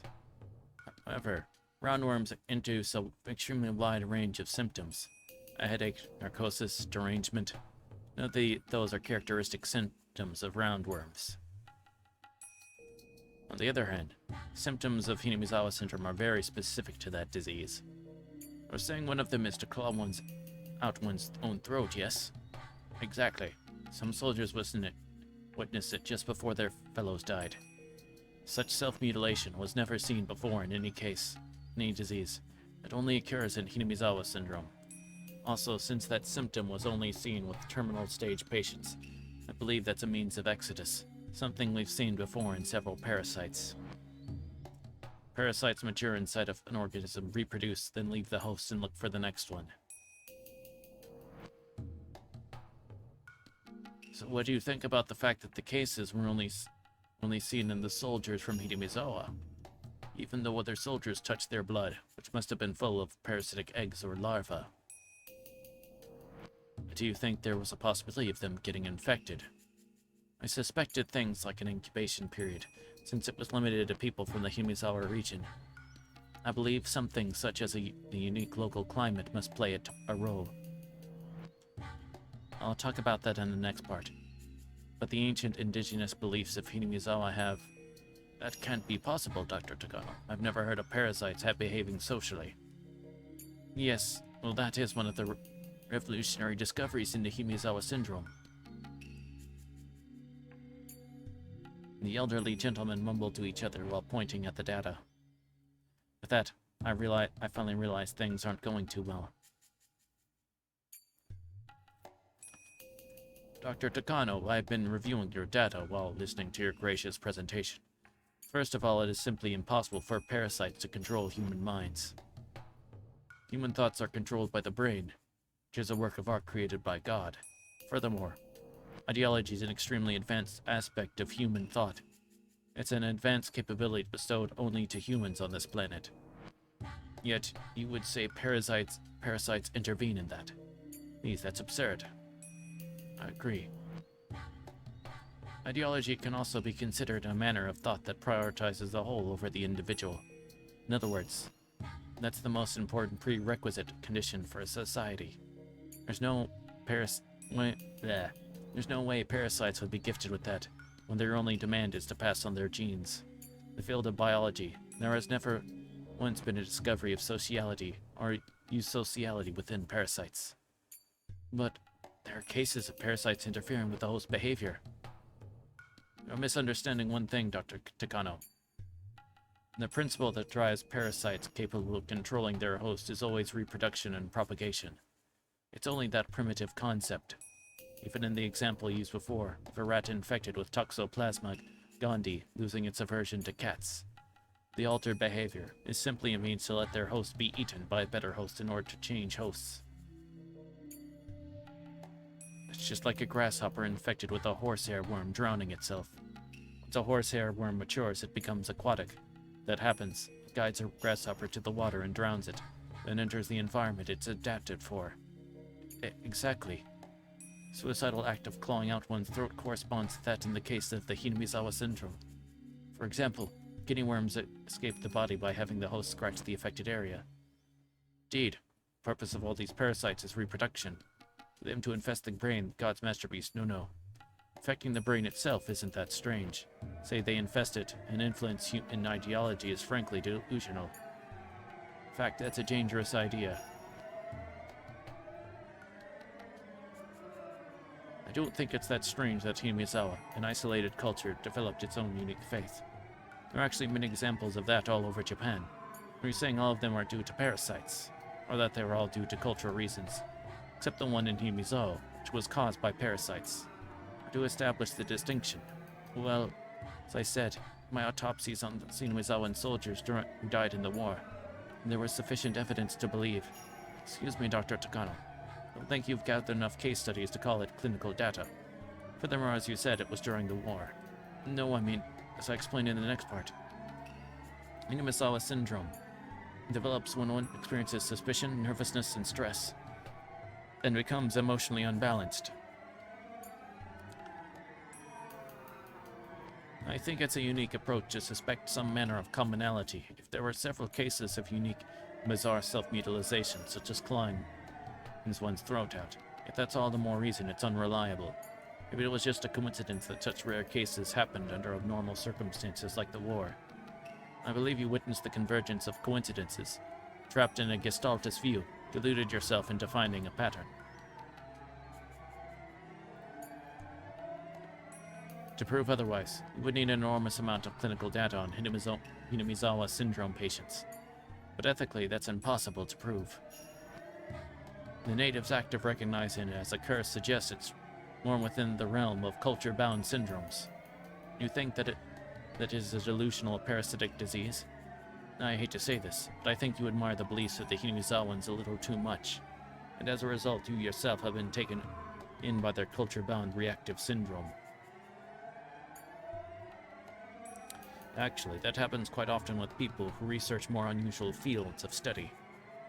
We're trying to be careful ourselves. The more they talk, the paler my grandfather's face becomes. I was just stunned myself. We've never heard of parasites like that. That's impossible. It was just a coincidence and there isn't enough data. Talk goes on and on. Every time grandfather says something, they dismiss it like that. Before he knew it, my grandfather could only hold his silence before their criticisms. Well, no revolutionary discovery is accepted at first. Maybe this research of yours is one of those things. Even if it's ridiculed at first, it may achieve recognition in later years. That happens all the time. I'm just an amateur. Just a private researcher who didn't graduate from an elite college, or I belong to an academic clique. I don't have any connections with experts or research centers. That's why this is all I can do. Is the Hinomizawa syndrome real, or is it just my delusion, just like I'll say it is? To find out, I need your help. Of course, if this was the discovery of the century, it would create a major uproar. For all, you're suggesting that human culture and ideology is all the will of parasites, and our frontal lobe is a place for them to live. What an audacious theory.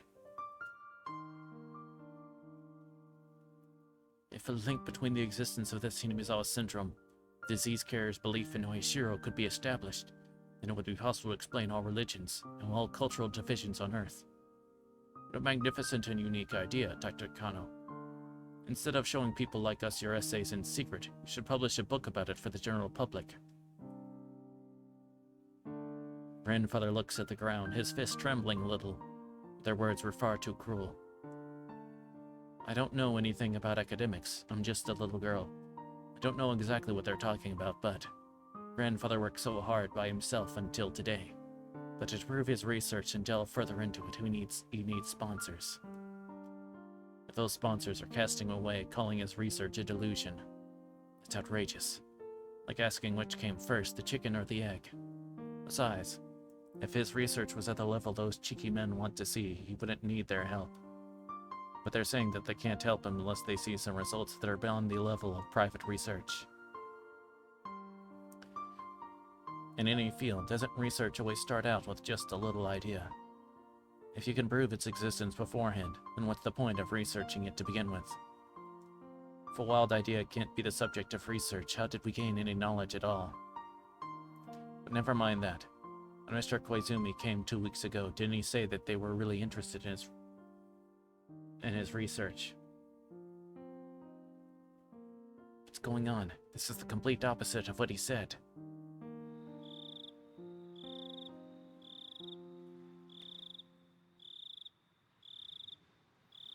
Yes, this is very interesting research. The human brain still holds many secrets. Dr. Takano's idea is an extremely unique one. It seems impossible to ignore, especially from a eugenics perspective. Humans are not God's children, we're simply animals who underwent the baptism of evolution. Such, according to Darwin, there will be differences in that evolution based on our environment. In other words, humans can be either superior or inferior. As a nation, we must think how we can maintain good bloodlines, and how we can leave good genes behind. If we do not raise that as a national policy and research towards it, then by the next century, mankind will fall into a fatal position on the hierarchy. Dr. Takano's research has the potential of encompassing more than just parasitic diseases. If the evil inferior humans we shouldn't let breed, and actually be explained by a disease instead of genetics, then it becomes possible to correct their behavior through surgery. As a result, we can leave wonderful people for our future. From the eugenic point of view, Dr. Takano's research should get started immediately. It's possible this could be the greatest discovery since Maunitz's invention of the lobotomy. If causality between infectious diseases and an individual's nature could be established, this would be more than Nobel Prize worthy. Koizumi-sensei, thank you for giving us this chance. Takano-kun is a single-minded and passionate man, but he's not good at dealing with people. He's been working on his research all by himself. Now he's at the limit of what one person can do and he needs help. Please, everyone, listen to what Takano has to say. Oh, you don't even need to ask Sensei. You're the ones who should be thanking you for this opportunity. We're already willing to help him. In fact, the more urgent matter will be arranging jurisdictions within society. I'd like to thank you for giving me an opportunity to get me involved. Such a unique research project at this age. There was a knock on the door. The sliding door opened and the owner peeked in. Excuse me, there's someone asking for you. May I bring him in? Someone? Who could it be? The owner whispered into Koizumi's ear and his face turned pale all of a sudden. Please let him in. No, I'll come greet him with you. As Koizumi stood up, 2 pairs of footsteps reached the door. Sensei, I didn't expect you to be here. Koizumi-kun, long time no see. I have something I need to tell you today. Yes, if you need to tell me something, I'm all ears. Please go ahead. The old man known as Koizumi was not someone whose status could be taken lightly. Although he had retired, he was still powerful enough to wield great influence as a fixer. So from his meek attitude, it was easy to figure out what kind of person this man must be. The old man held onto his bodyguard's shoulder as he walked, an expensive-looking cane in his other hand. He couldn't even walk on his own because of his old age, but his intense, commanding presence hadn't declined one bit. Get straight to the point. Our friend's research. You need to put a stop to that. Huh? What do you mean? Koizumi-kun must take his knowledge of Hinamizawa syndrome to his grave. Nobody should touch it. If anyone looks into it, if you poke a bush, a snake will come out. A big fat snake, too.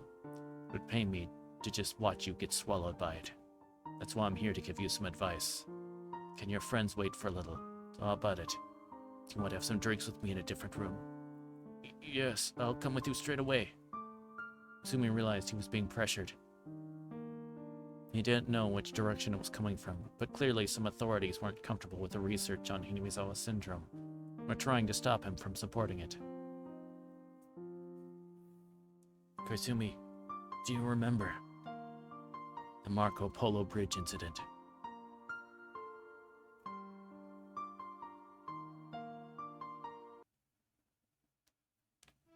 This is utter nonsense. I'm really expecting to hear more objective side. Normally we wouldn't come all the way for something like this, but since Koizumi asked us, we didn't have a choice. This really was a waste of time, but in a way it was a good thing we came.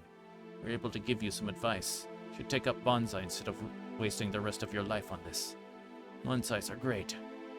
I agree, it's not healthy to just stare at formalin jars in a study. But it sure is a unique subject. If you want, I'll introduce you to the chief of a publishing company. The general public loves things like this, you know. They aren't even trying to hide their hostility. They're laughing at my grandfather, denouncing him and saying things to denigrate not only his research, but his personality as well. They're simply trying to provoke him. Any response would just be giving them what they want. Even in this very moment, grandfather tried to remain a noble researcher and a proud human being. He's no longer trembling. On the contrary, he apologized to them for taking up their time. He told them he had no intention of keeping them any longer. We'll give this article back to you, though it'd be so much easier if we could actually call it an article. Well, the elderly gentleman tossed it back to him. Grandfather couldn't catch it in time. The article he worked so hard on fell onto the floor, and the papers scattered all over on the carpet. The elderly gentleman left the study without even apologizing for it. Everyone else followed suit. As they left, they trod all over my grandfather's article. Looked like grandfather's expression didn't change, but I could see it warping. I could see the wall of research grandfather bore crunching and warping sadly. I jumped, grabbed onto the elderly gentleman's leg. I don't hate him.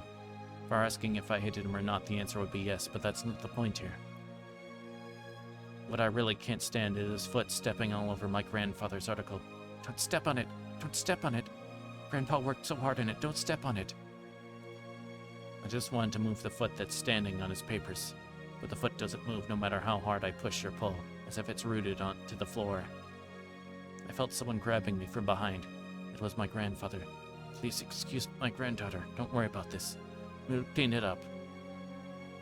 Don't step on them. You not to step on grandfather's article. The screams don't mean a thing to them. They completely ignored my screams. They continued to step on the papers and left the study. Only my grandfather and I remain in there now. My grandfather is still grabbing the back of my collar. I don't have any words left to say, only cries. My grandfather's determined not to show any emotion. He doesn't even open his mouth. So I have to cry for him. Just then, my grandfather slapped me in the face. That startled me. I'm crying for him, so why did he slap me? Then I understand. Grandfather's the one who wants to cry, but he's enduring, so I shouldn't cry either. I wiped my eyes and my running nose, and I silently turned my eyes to the papers on the carpet, just like my grandfather. Sorry, Mio. I don't understand why he's apologizing. I thought he was going to complain about their rudeness. If I had worked harder, this wouldn't have happened. Till today, it me so much.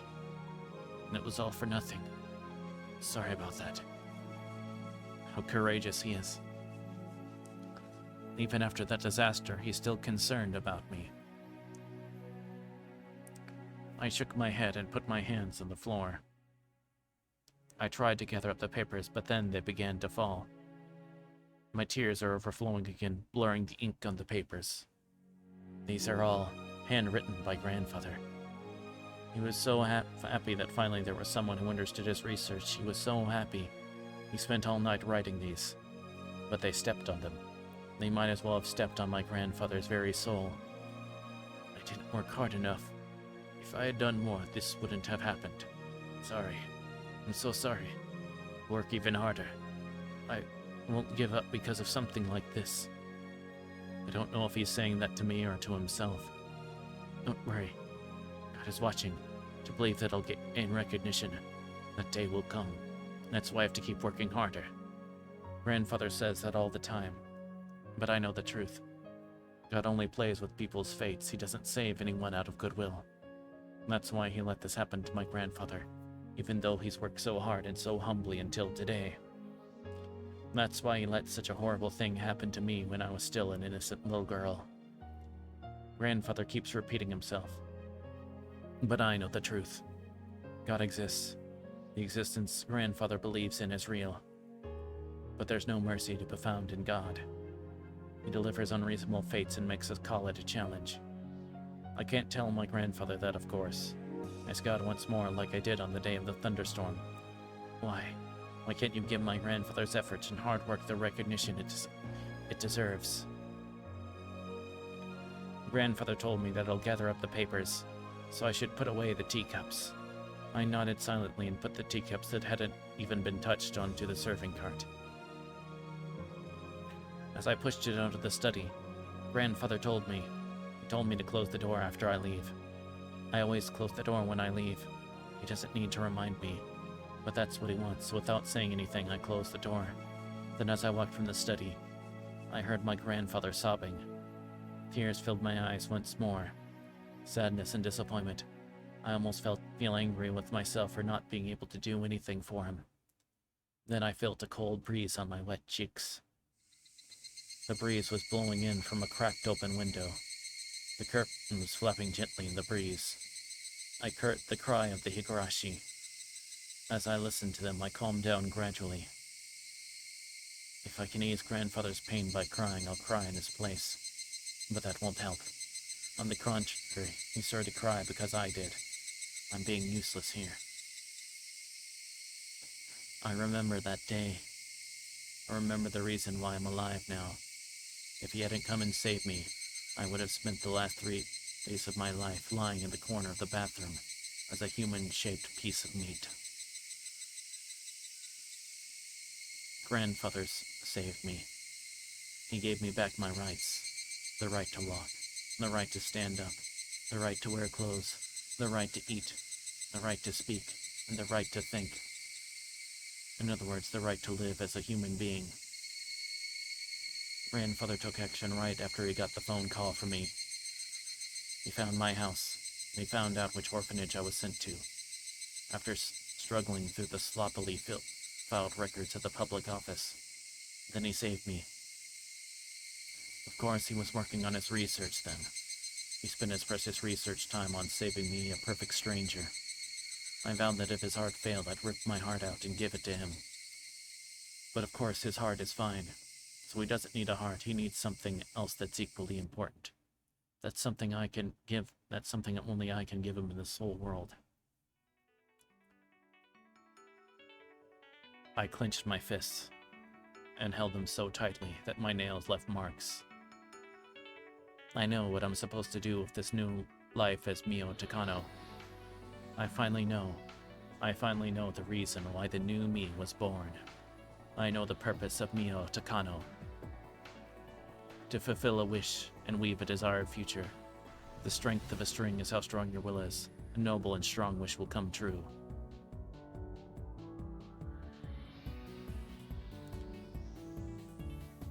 I thought I knew of my grandfather's greatness, but I actually didn't know the half of it. For me to be able to really help him, I have to reach his level. All my lessons lead back to my grandfather. There wasn't a single subject I could ignore. Right now, studying hard is what I can do for him.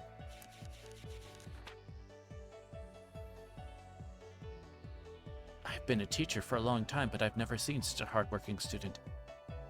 You've learned not only academically, but socially as well. You've made a great deal of friends. I have a goal which I can only reach by studying hard, and I know how powerless an isolated genius is. That's why I needed to learn to socialize. It's not enough. Not even close to where I want to be. During college is only a step forward. What matters is what I learned there. Not even close. I'm not even close to being able to help my grandfather. I'm so proud of you. You can go to Tokyo or Omizu University or any college of your choice. Nothing will stop you. Most important thing for you is that the school will teach you what you want to learn. Thank you for the fluid check.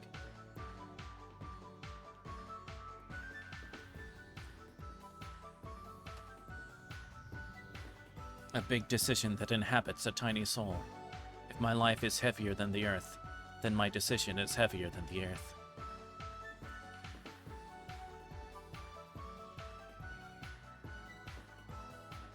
Do I have what I need to be able to truly understand Hinamizawa syndrome and help grandfather in his research? I don't need compromises or excuses. The heights I seek are lofty and precipitous. This isn't enough, not even close. My classmates are such idiots, acting as if they're winners in life just because they enter this school. College is simply a place to learn what I need to know.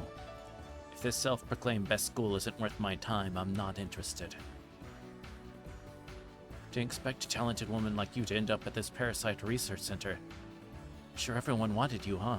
Assume you were interested in something bigger. I want to study and research parasites. I've worked hard to earn the right to study here. Aren't I qualified to learn? Yes, of course. There's no reason why we'd refuse someone who got the top score on the entrance exam. Welcome to the Parasite Research Center. People usually aren't that interested in our field. There aren't too many researchers who study it. That's why there's still a lot of unknown elements compared to other fields. It's quite true. The study of parasites is a mysterious world. Or rather, it's an ignorant one. An ignorant world where the preconception that parasites can't possibly control humans pervades. And those ignorant people laughed at my grandfather and stepped all over his article. There's still many unsolved mysteries in the world of parasites. I'm here to solve them. I came here to help the people who want to solve them. A wish that's guaranteed to come true is not a wish. That is fate, not a wish. I weave fate. Fate is an absolute power to control people in the world, not just an individual. Learning isn't enough for me. I have to be able to research with my grandfather. And so I don't ignore the means to gain the help my grandfather couldn't get. Grandfather's research isn't complete just when it's finished being written on a desk.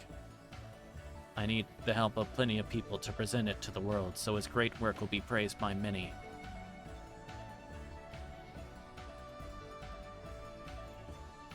Yes, that's correct.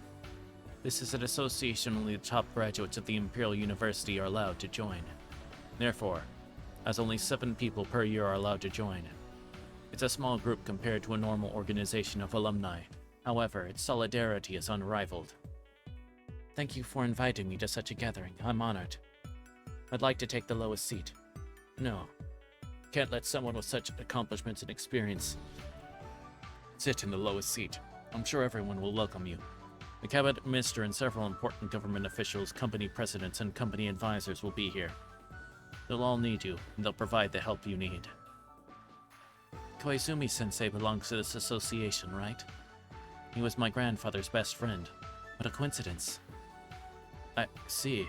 I'm sure Koizumi-sensei will be glad to find out that you'll be joining. An isolated genius is a useless one. People live in a society. Society is made up of connections between people. Nobody can ignore that. I do my best as an individual, but to gain the power that can't be achieved as a mere individual, I have to rely on my connections in society. It's all for one purpose. My only wish is Mio Takano. Yes, I can't spare any effort. My absolute conviction will forge a guaranteed future. Nobody can interfere. Nobody can stop me. I won't allow the die to roll a 1. I won't admit that diligent efforts can be erased by a mere train accident. I'm going to make all the dice roll 6s. I won't entrust the die to God. I won't give in to luck. The only people to pray to God are people who don't want to work hard. I don't trust God.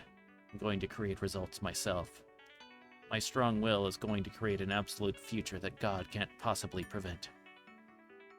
This is a different way to become a god than the one my grandfather taught me. This is a way to become a god while still alive. When I realized it, I became truly free. Free from the sadness of losing my parents and my miserable life after that. Free from my grandfather's tears when his article was stepped on. That's right. I'll be above God. I'll be an existence that God's caprices can't even touch. I'll make people recognize grandfather's research. That's the future I wish for. The future I promised will come to pass. People will fight over grandfather's article.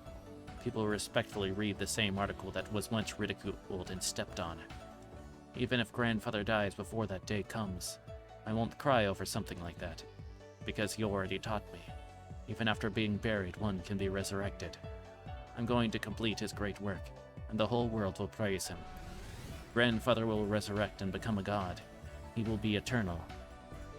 That's an everlasting bond. A bond not even a train accident can break. A bond not even a die that rolls a 1 can disturb. Since the day of the train accident, my die has kept rolling 1s over and over. But I didn't give up. I kept working hard until today. I'll rise above the die. I'll decide what to roll on it. I'll decide my own fate. I'll do that with my unshakable willpower.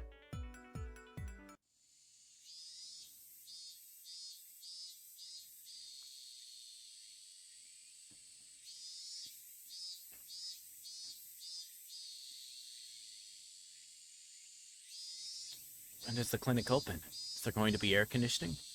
I heard it'll open next month. I hope there'll be a young doctor there. I heard some old ladies talking amongst themselves when I was going up the stairs to the shrine.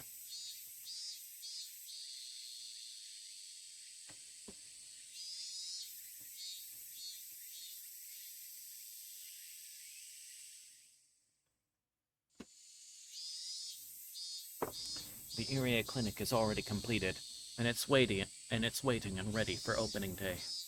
The state-of-the-art equipment has been delivered, and the research is waiting to begin as well. Irie, too, is standing in top form, and he's almost as passionate as I am about Hinamizawa syndrome. The Mountain Dogs, the counterintelligent unit to support and protect our research, already stationed at a dummy company somewhere near Okonomiya. They're getting in touch with various public institutions. Everything is going well. The only thing to worry about would be the rumors about the Hinamizawa Dam construction plans. There's a rumor that the Ministry of Construction is pushing through a dam project that will submerge all of Hinamizawa, but they're under pressure from several groups. None of my contacts have much influence in the Ministry of Construction, so things aren't going well.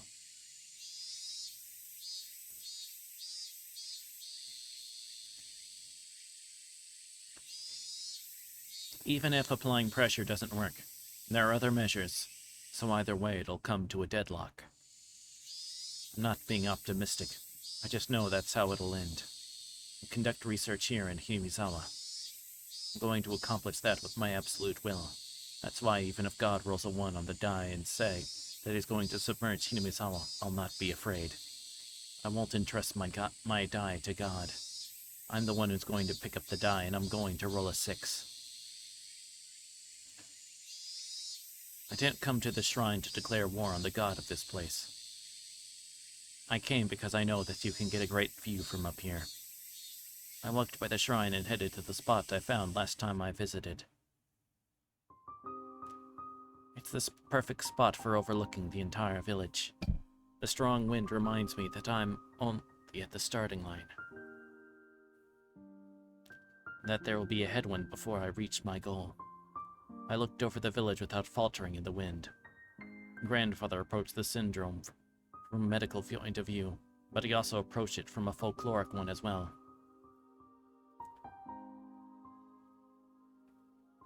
The strange belief system in this village is proof that the existence of Hinamizawa syndrome was already known of even in ancient times. So it'll be extremely useful to research their history too. My grandfather had been doing research for hundreds of years, of course. But this place has been here for hundreds of years, and they've been living with Hinamizawa syndrome for that long. And therefore, the beliefs created in this place, and the legend itself can be considered the foremost researchers. It's simply stupid to just call them old folk tales or nonsense. I've been researching them slowly, but they are indeed very interesting. No wonder Grandfather was intrigued by them. Hinamizawa syndrome has many fascinating sides to it. It's just like a kaleidoscope, showing infinite light with ever a slight change in angle. It's so much fun to trace Grandfather's research.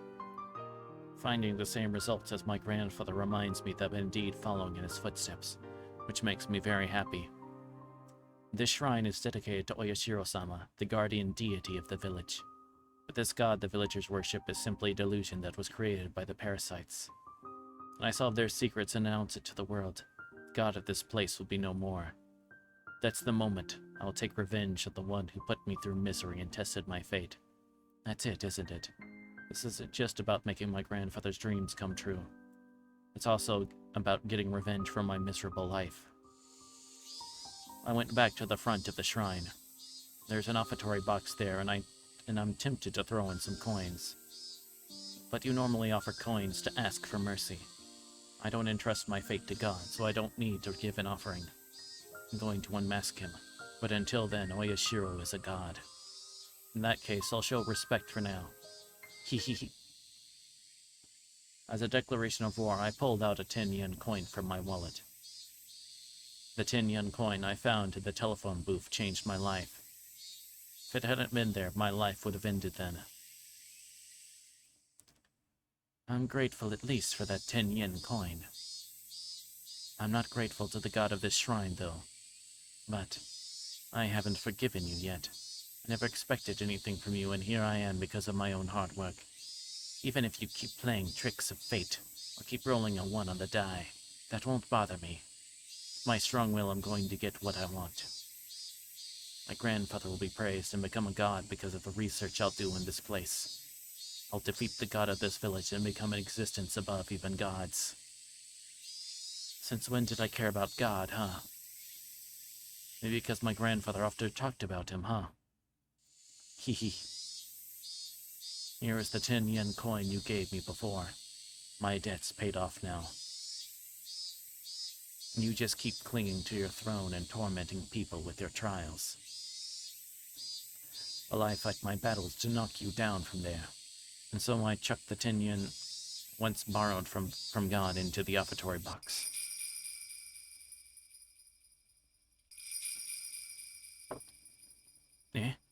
For a moment I couldn't understand what happened. The 10-yen coin was supposed to fall into the offering box. But how can I explain this? That's not what happened. I aimed correctly for certain. Who could miss an offertory box anyway? It's not it. It was the 10-yen coin. stopped in midair, as if it got stuck in a spider's web. Then it bounced back to me and fell by my feet. It was as though the offertory box had refused the coin. Of course, an offertory box is to respect God, but what I did was challenge him. That means I jumped, because I thought I was the only one here. Anyone would jump when finding there's someone else standing there unexpectedly. How long has she been there?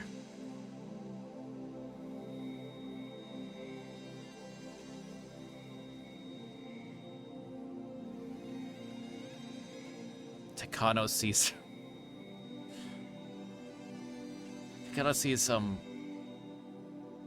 I forget the specific name they give her, whatever. But basically, oish. It's like she came out from the shrine. Mysterious girl is standing on the other side of the offering box. She's wearing a shrine maiden uniform, so she must be one of the caretakers here. That's what I thought too. There's something else about her. She's not just one of the shrine caretakers. She's the shrine itself. And because the girl is staring into my eyes, no, she's glaring. I smiled back fearlessly. I think she heard my words of challenge to God. She's wearing that expression on her face because of that. The words came out naturally. You are the god of this place, aren't you? The girl didn't nod, but I took that as a yes. But a contradictory feeling. I'm rejecting of the god of this land, denying its very existence, yet I don't doubt this girl is that god. The girl opened her mouth to speak. Strong will reinforces fate. That's right. It's what I say to myself often. I never said that to anyone or quoted it from anything. So under normal circumstances, I should be surprised to hear this girl say that.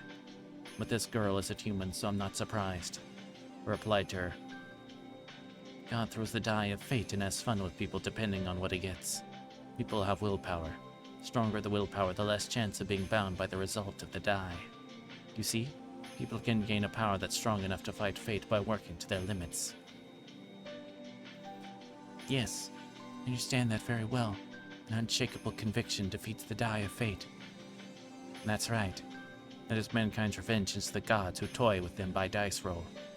The hymn of those who slough the gods' interference and forge their own destiny. Know my divinity, and that I earn this day through effort after enduring all misfortune.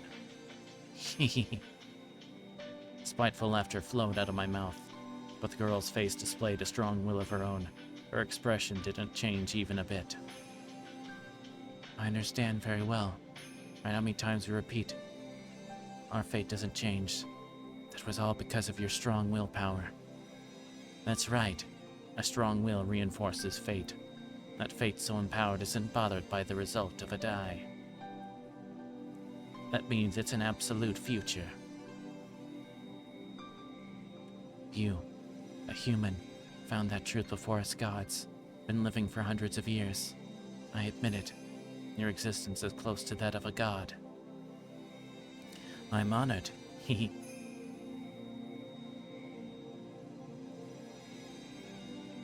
The girl glared at me with her eyes half shut. No, it was more like she was proclaiming something to me while displaying her own strong willpower. Hey, won't be defeated this time. Always thought we couldn't win against you. That was why I surrendered.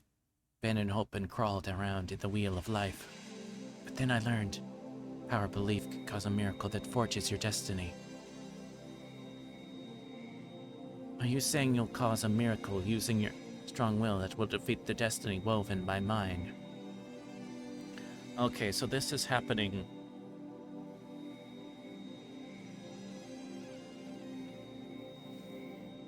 in a timeline that... Oh wait, okay. So this is happening...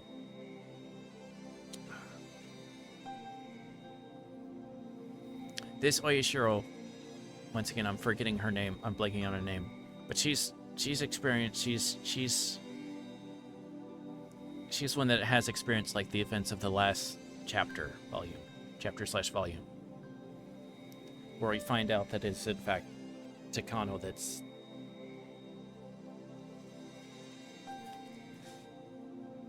causes the devastation. That's logical enough, because that's the law of this world. Strong will can make a desired future possible. We won't be defeated by your will. That's fine, so if you insist on being an old god, try it and see if your willpower can defeat mine. God tests people, yet people aren't allowed to test God. So I'm going to test you here.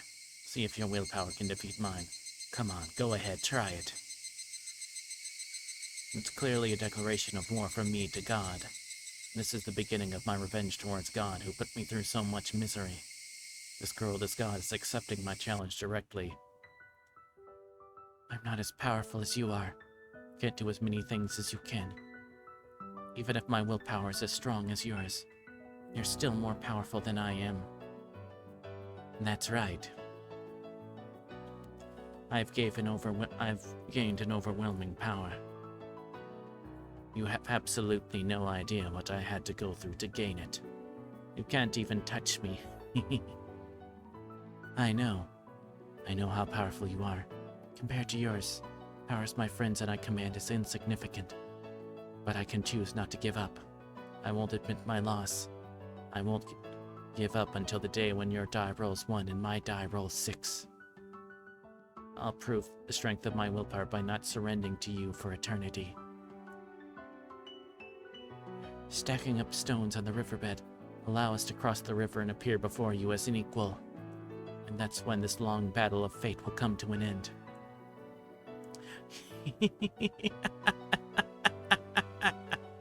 Fine, come on then. We'll see who has the stronger will. Whoever has the stronger conviction will create the future. The future desired by the stronger conviction will come to pass. I will hold my ground. In my future, my grandfather's great work is praised, and he becomes a god, and I take revenge on God for testing me by making me go through such misery.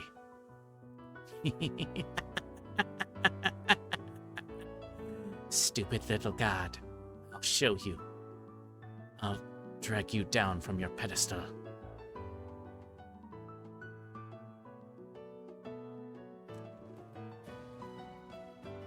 Chapter 8, Matsuribayashi.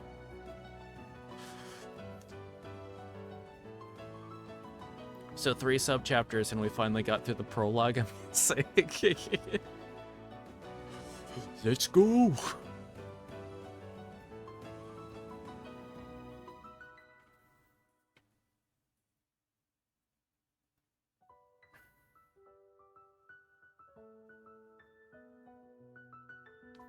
I know, when this before? Yeah, this would be on the 4th one, 4th sub-chapter, actually.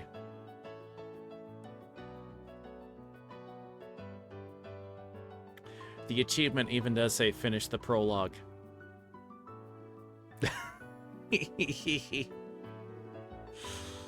Okay, so I guess now we finally found out for sure, although I guess that did give me at least a little bit that it does seem that there's, at least one knows, so...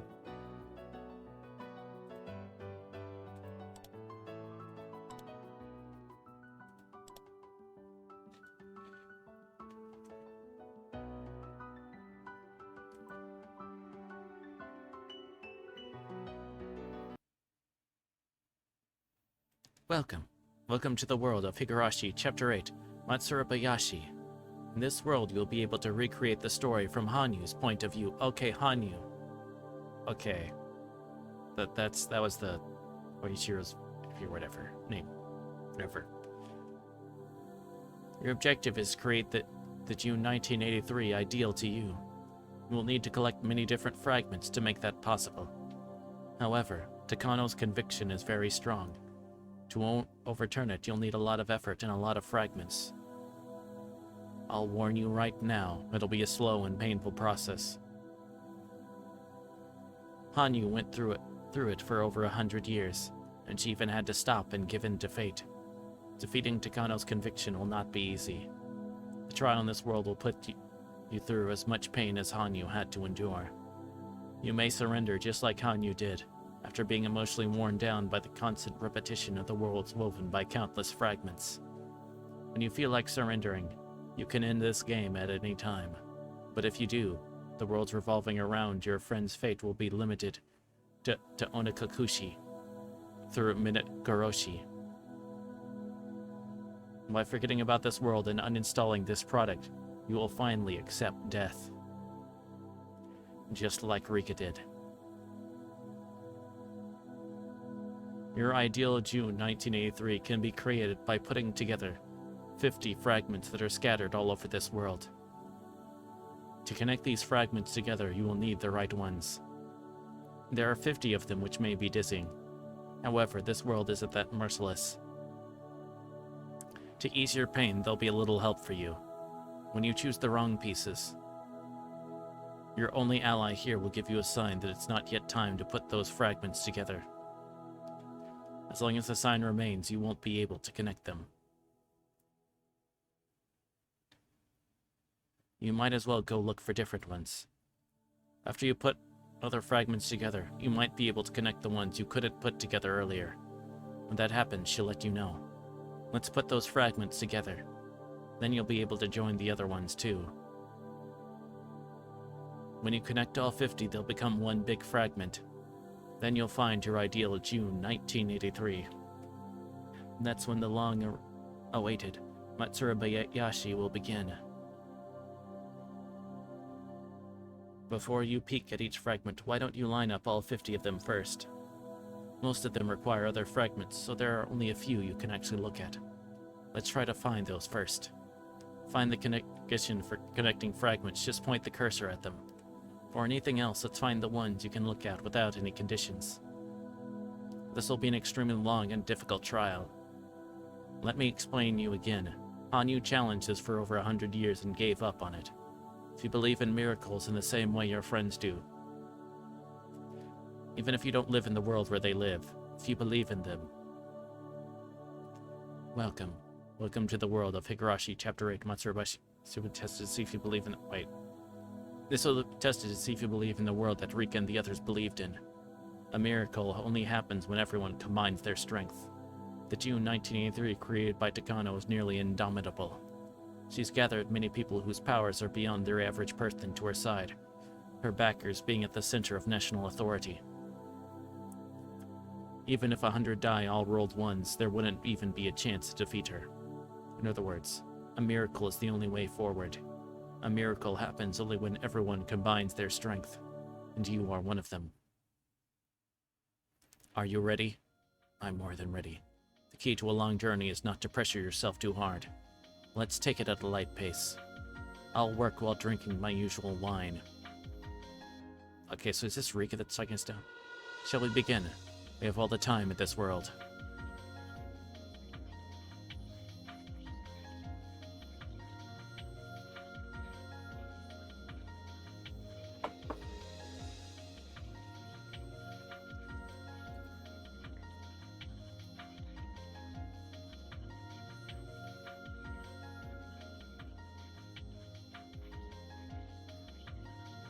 Okay, so we got... Alright, so it's not...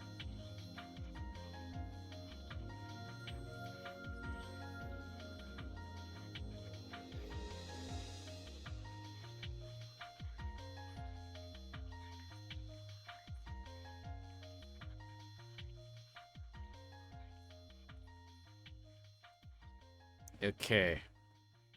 So... This is gonna get interesting, I think. Oh dear.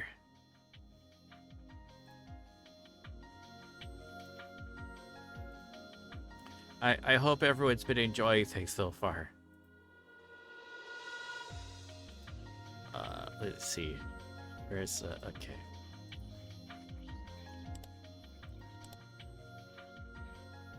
This one isn't even a subchapter, it's just connecting fragments.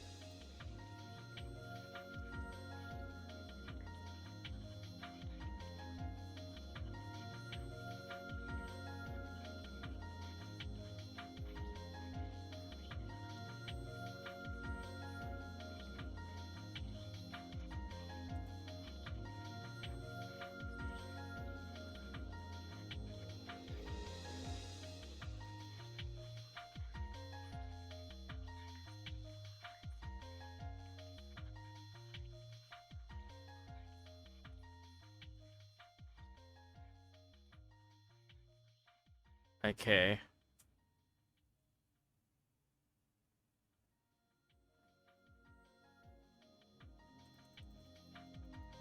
Alright, so I guess we did C103 dose experiment.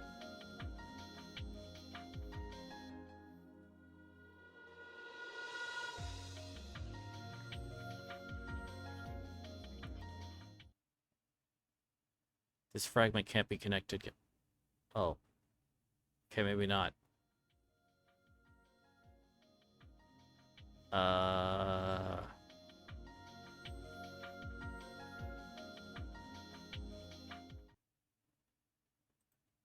Okay.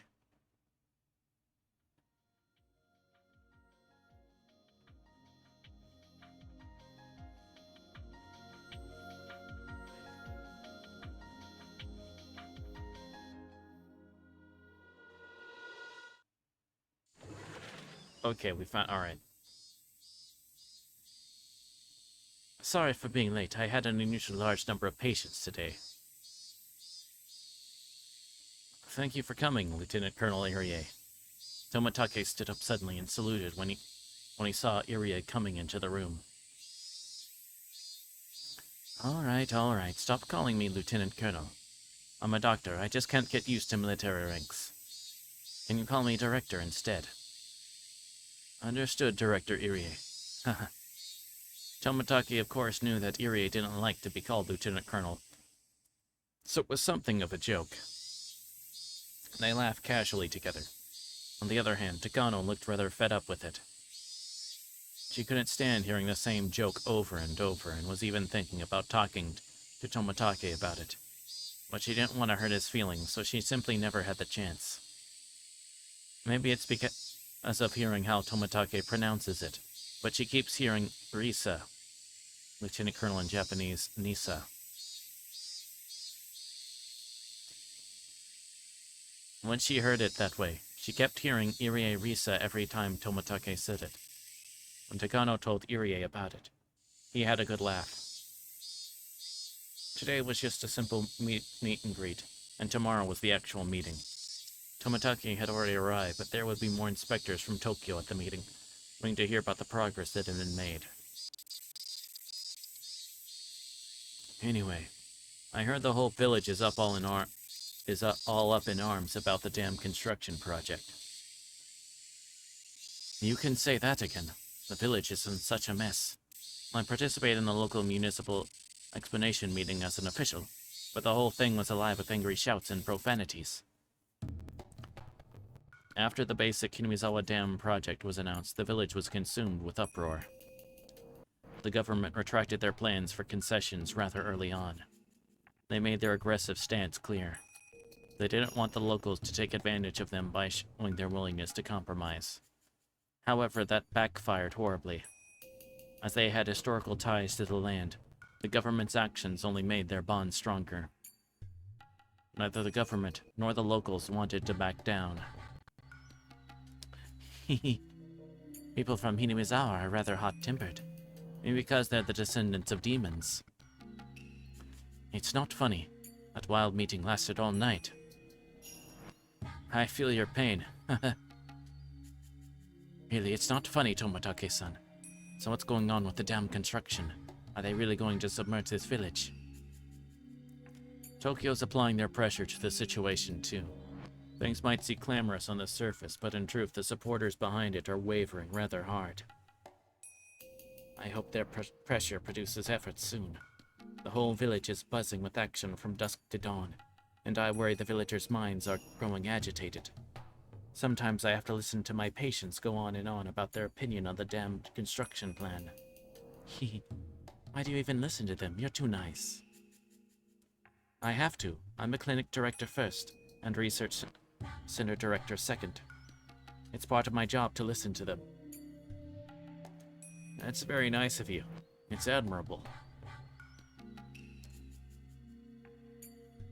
I know the people in Tokyo will call off the plan sooner or later, but the villagers won't.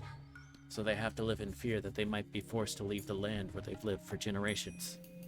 And if they're told to leave, they don't have money, and a lot of them are old. Maybe some of them wanted an increase in the amount of compensation they'd be offered, but the government changed its mind. I don't think it's possible for them to come to a peaceful agreement at this point. There are actually some villagers who are satisfied with that amount and were willing to leave. However, the Sonozaki family didn't want to change their stance against the issue. They're actually leading the villagers in the fight against the government. There are blaring announcement fans everywhere, and ads and flyers are attached to the circulation notices. It's a serious matter for them. And I guess I can understand. I hope the construction plan will be called off soon for their sake. Just called off, this village will become peaceful once again. I know that, of course, things are moving right along in Tokyo, so please give us a little more time. I've heard a rumor from Tokyo that you're having problems finding a way to pressure the Minister of Construction. Is that true? Oh, haha. I'm not sure, but I heard myself that they're having a little problem with some of the details.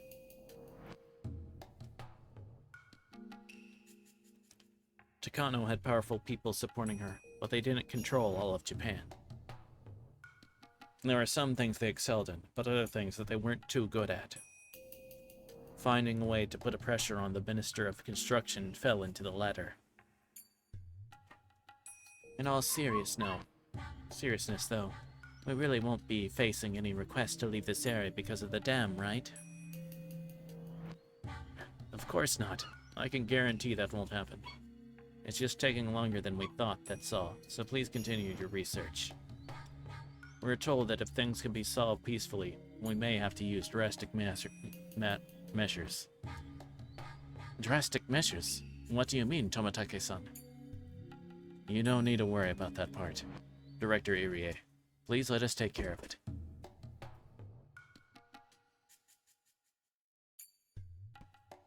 I see. Okay. Thank you for your work. And it's fine, Dr. Irie. The dam construction plan will be called off. It's already been decided. Hehe. Shikano giggled, Tomatake laughed too. However, Irie couldn't understand what was so funny, so he felt left out.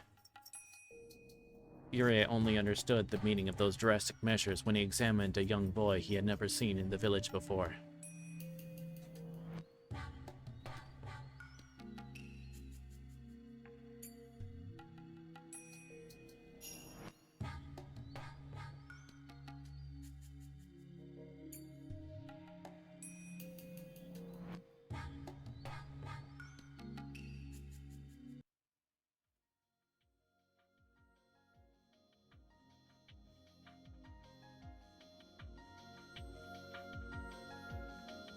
Okay.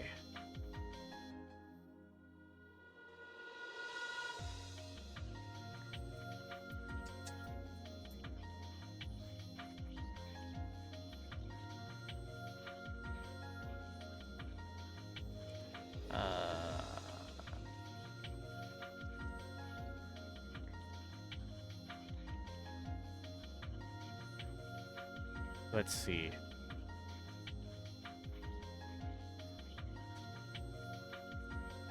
So I think we have to figure out an order, go through and realize which order is.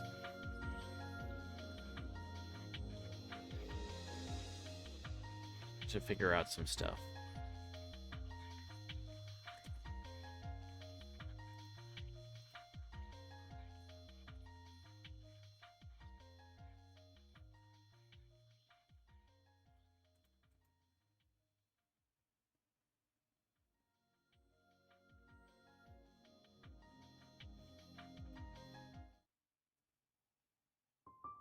Group physical exams are very meaningful for our research.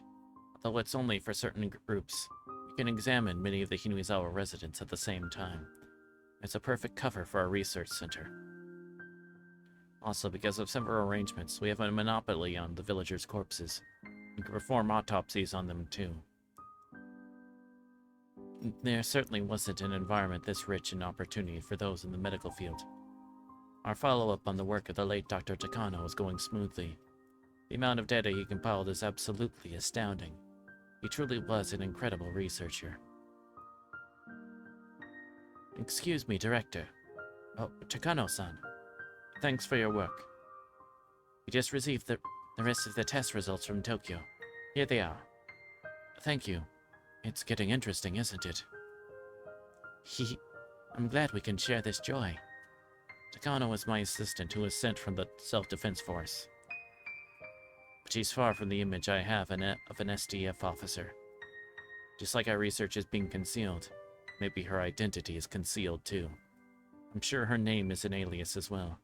I'm just a doctor and a researcher. Without Takano-san's support, it would be impossible for me to manage this institution. She's a pipeline to her clients in Tokyo, my assistant, as well as a researcher who is an expert on Hinamizawa syndrome. Her existence is absolutely necessary here. The more I think about it, the more I feel this should have been the Takano Institute rather than the Irie Institute, and she should have been the director. But that was explained to me when they asked me to take this position.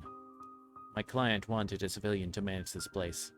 They searched for a person who met the requirements, and there I was. I became the director. I have a feeling I'm just a puppet on their strings. But I won't just sit here and do nothing. I was asked to research a rare disease. I'm a researcher. So of course I'm excited about that. My client's goals might be different. But I'm here out of a desire to unravel the mysteries of the Hinamizawa syndrome, and be the first person to uncover a new mystery for mankind. We have all this data that suggests the existence of a parasite as the cause of the syndrome, but we still can't find factual evidence of the culprit microbe itself. That's true. Thought we'd find it easy if we used an electron microscope. Viruses are too small to see with a regular microscope, so the invention of the electron microscope was a dramatic advancement in the world of medicine. However, it's very expensive and there's no way for a normal doctor to acquire one. The late Dr. Takano said an electron microscope could find the cause of the disease, but it seems his theory has been proven wrong.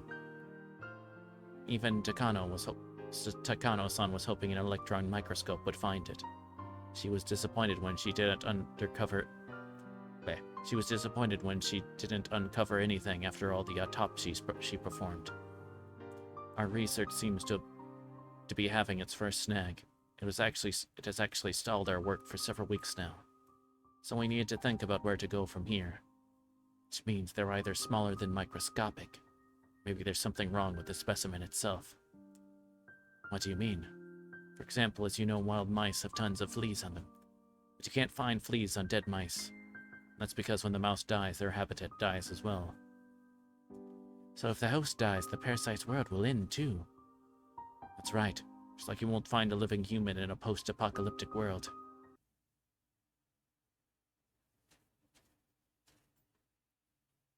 Therefore, we just have to look into the earth before it ends, right? Hehe. That's true, however, we need to think about human rights.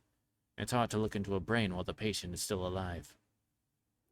Examining a living human's brain, no matter how you sugarcoated it, that bore a very grave meaning. From a medical standpoint, it's necessary, but we have rules and morals in this world. We have to advance medicine within such boundaries. There was a time when I was studying lobotomies for the betterment of mankind. I don't think I was wrong. However, could I ever be forgiven under our ideas of ethics? I don't know. One day my judgment will be handed down by the devil. Whether I'm guilty or not, I have to accept it. As I reflected upon my past, I heard a voice. It was Takano-san's. It's very clear and simple, yet it struck me with surprise. Understood. Let me prepare a world on the verge of death. What? I'm startled. Sometimes the phrase advancing medicine bore the whisper of the devil, tempting us to accept sacrifices. I heard that devil whisper. Hehe.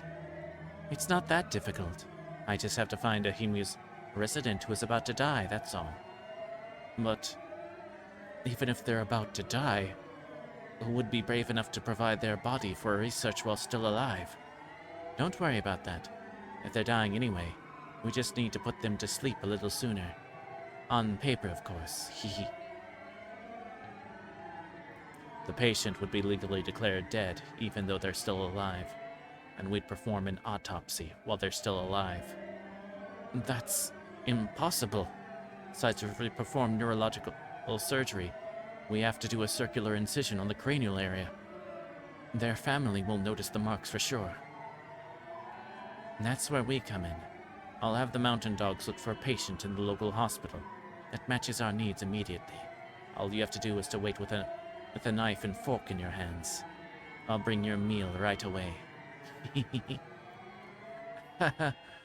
Mio Takano is my partner, there's no question about that. But I just can't trust her. It's her extremities as a researcher, which contrast largely with mine. But are we so different? I'm here simply waiting with a knife and fork in my hands, just as she told me to. I just don't want to witness such a gruesome scene, that's all. What she's preparing for me now is exactly what I want. Who's the hypocrite? Not her. It's me. How can I say I'm different knowing what I've done in the past? I performed lobotomies without the patient's consent, despite it being surgery that might affect their life forever. How is that different from what she's doing? I have never doubted my past achievements. However, when I look at her, I start to feel unease. Takano is talking to Okanogi on the intercom in my office. I'm sure she's telling him to come over so she can explain what was just discussed. I'm simply watching without stopping her. I begin to reflect upon my past to remember why I chose to become a doctor.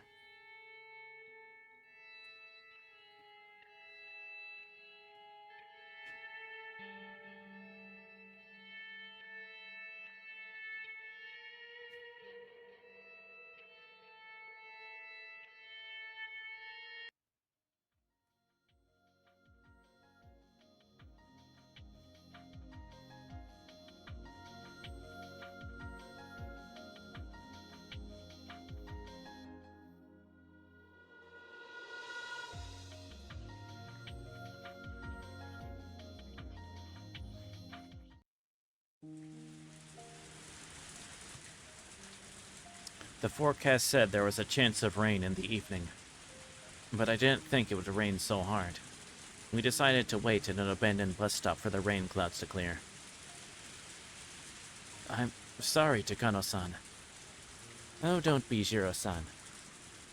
I knew it would pour, so don't worry about it. Hehe. Takano giggled. Although she said the weather might change suddenly, I dragged her out here. I feel stupid for making her come along and ending up ruining her precious day off. I have to go back to Tokyo tonight, so it'll be a while before I can return to Hinamizawa. I didn't want to spend my last day at a cheap hotel in Okinomiya, so I asked her to go for a stroll. It's just... I'm really sorry. Hehehe. She teased me for a while, but only a little. She wasn't actually enjoying driving me into a corner. That's just way of communicating, and I find it very charming. I think I've become captivated by her. But on her part, I'm just an auditor from Tokyo.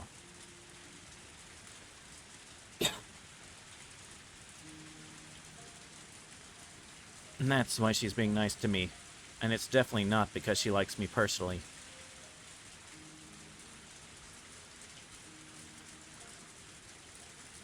So I feel like I might have used my position to drag her out here, and that makes me a little depressed. I probably shouldn't think this slight fever I have is due to nothing more than... I should probably think this slight fever I have is due to nothing more than a cold. But she was the type of person who made it clear when she disliked something. She wouldn't say so directly, but she would use all kinds of indirect expressions that meant the same thing. So I want to believe she's out here because she might even be a little bit attracted to me.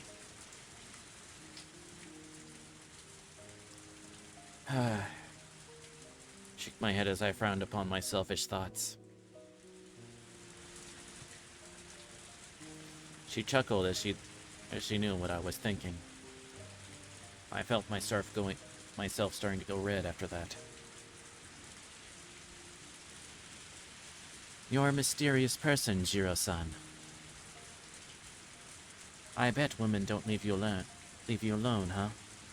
So why are you hanging out with a weirdo like me? A weirdo? No way. You're fascinating, Takano-san. Actually, I feel bad making you spend a day with someone like me. Of course, I've decided to devote my life to my work, but life is too dry with only that. I need to switch gears once in a while. Besides, communicating with the opposite sex is good for the brain. Hehe. Haha. It's all good if I manage to help you clear your head. Don't you feel refreshed just being with me? She gives an impish smile that makes my heart skip a beat. I tried hiding my embarrassment so she wouldn't notice even my ears going red. Of course, when I'm with you, I do feel refreshed, yeah. Besides, if you learn about avian photography, I'll gain a buddy to share my hobby with. So next time I'll bring my old camera. It's really expensive to buy a new one, Thank you. I would love to learn about the avian photography that you're so intrigued by. Looking forward to joining you on a stroll next time you go. So I don't need to buy a camera, do I? No. Try with my old camera first. If you enjoy it, then you can buy one for yourself. I'll send it to you when I get back to Tokyo. Thank you. Then I'll have you critique my photos when you come next time. Sure. I can hardly wait to see him. Hehe. They'd be nothing compared to yours. It'd be my very first time doing it, While she keeps her cool and smiles, all I can do is blush and scratch my head. Am I being conceited? I can't help but think Takano-san likes being with me. If it's mere flattery, I don't think she'd come along this far. No. Taking women's flattery seriously is a mistake I always make. I shouldn't assume that she's attracted to me. By the way, isn't this the first time we've been alone like this? Oh, yeah, you're right. Usually the director or some other research staff is around. I don't know anything about you. I don't know what exactly you do in Tokyo or what you've done in the past. I wonder what you do in the self-defense force. I was an instructor for a while, but I hurt my eye when I was injured. I can live life normally, but they made a big deal out of it, and ever since all I do is desk work. Takano-san giggles, saying I must have done something silly to cause the energy. And when I helped PR with their magazine, I became fascinated by photography. Cameras have the power to make people happy. I bet you don't know what I'm talking about, but it's true. As I started to take pictures, my life has been a lot happier. How can a camera make someone unhappy? Well, a camera takes a snapshot of a moment of life. And of course you want to capture a moment that's filled with happiness, right? So you look for happiness through the viewfinder. And as you search, you realize everyday life is actually filled with happiness. For example, a dandelion sprouting from the crack of the asphalt is just a weed in a busy life. But when you look at through the viewfinder, it's a gift to let you know that spring is approaching. You capture it and put it in an album, and every time you open the album, you remember the happy feeling you had when you took the picture. So you always feel that way when you take your pictures. Sure, I don't have ambitions of taking artistic photos or capturing a dramatic prize-winning moment. It's not important to me. I want those moments we don't notice, and helping us recognize those little moments of happiness is the greatest thing about cameras to me. So I'm really glad to be able to see Hinamizawa through my viewfinder. I have a tendency to go overboard when I talk. Most of the time, Takano playfully twists my words right back at me, so it's very unusual for her to listen to me like this. Takano-san sat down next to me and tried to fiddle with my camera. I don't know how much of an impression I made, but I think she's indeed interested in cameras. I was expecting her to tease me like usual, so I'm happy to see that this is her reaction. Do you want to try? Do you think I can? It's easy. First, you just need to learn how to focus and press the shutter. Well, why don't you hold it? Oh, Don't ever touch the lens, though. Phew. This isn't easy. Hehe. Since you seem to show an interest in cameras, I wanted to take a walk around Hinamizawa and take some pictures of the scenery. But unfortunately, the rain doesn't seem to want to stop. But he was still having fun and kept taking pictures inside the bus stop. So the first set of pictures he ever took were of odd things in that dark little building. Since then, every time we meet, we ended up walking around the village with our cameras in our hands.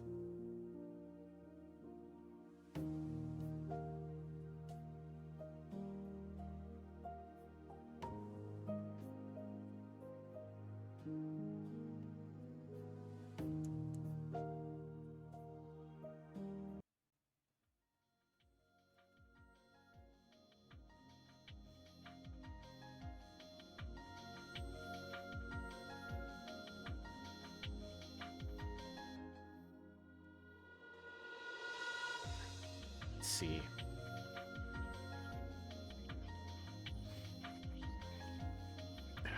Alright, got on the 3-hour mark.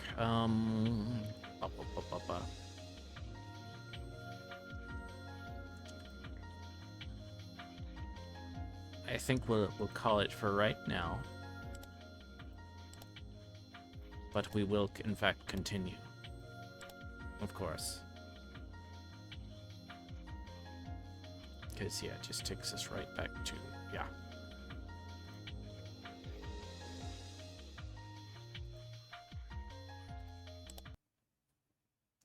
But it's doing an interesting setup this time around, for sure.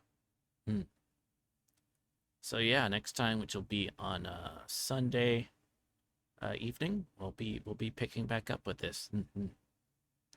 See y'all then.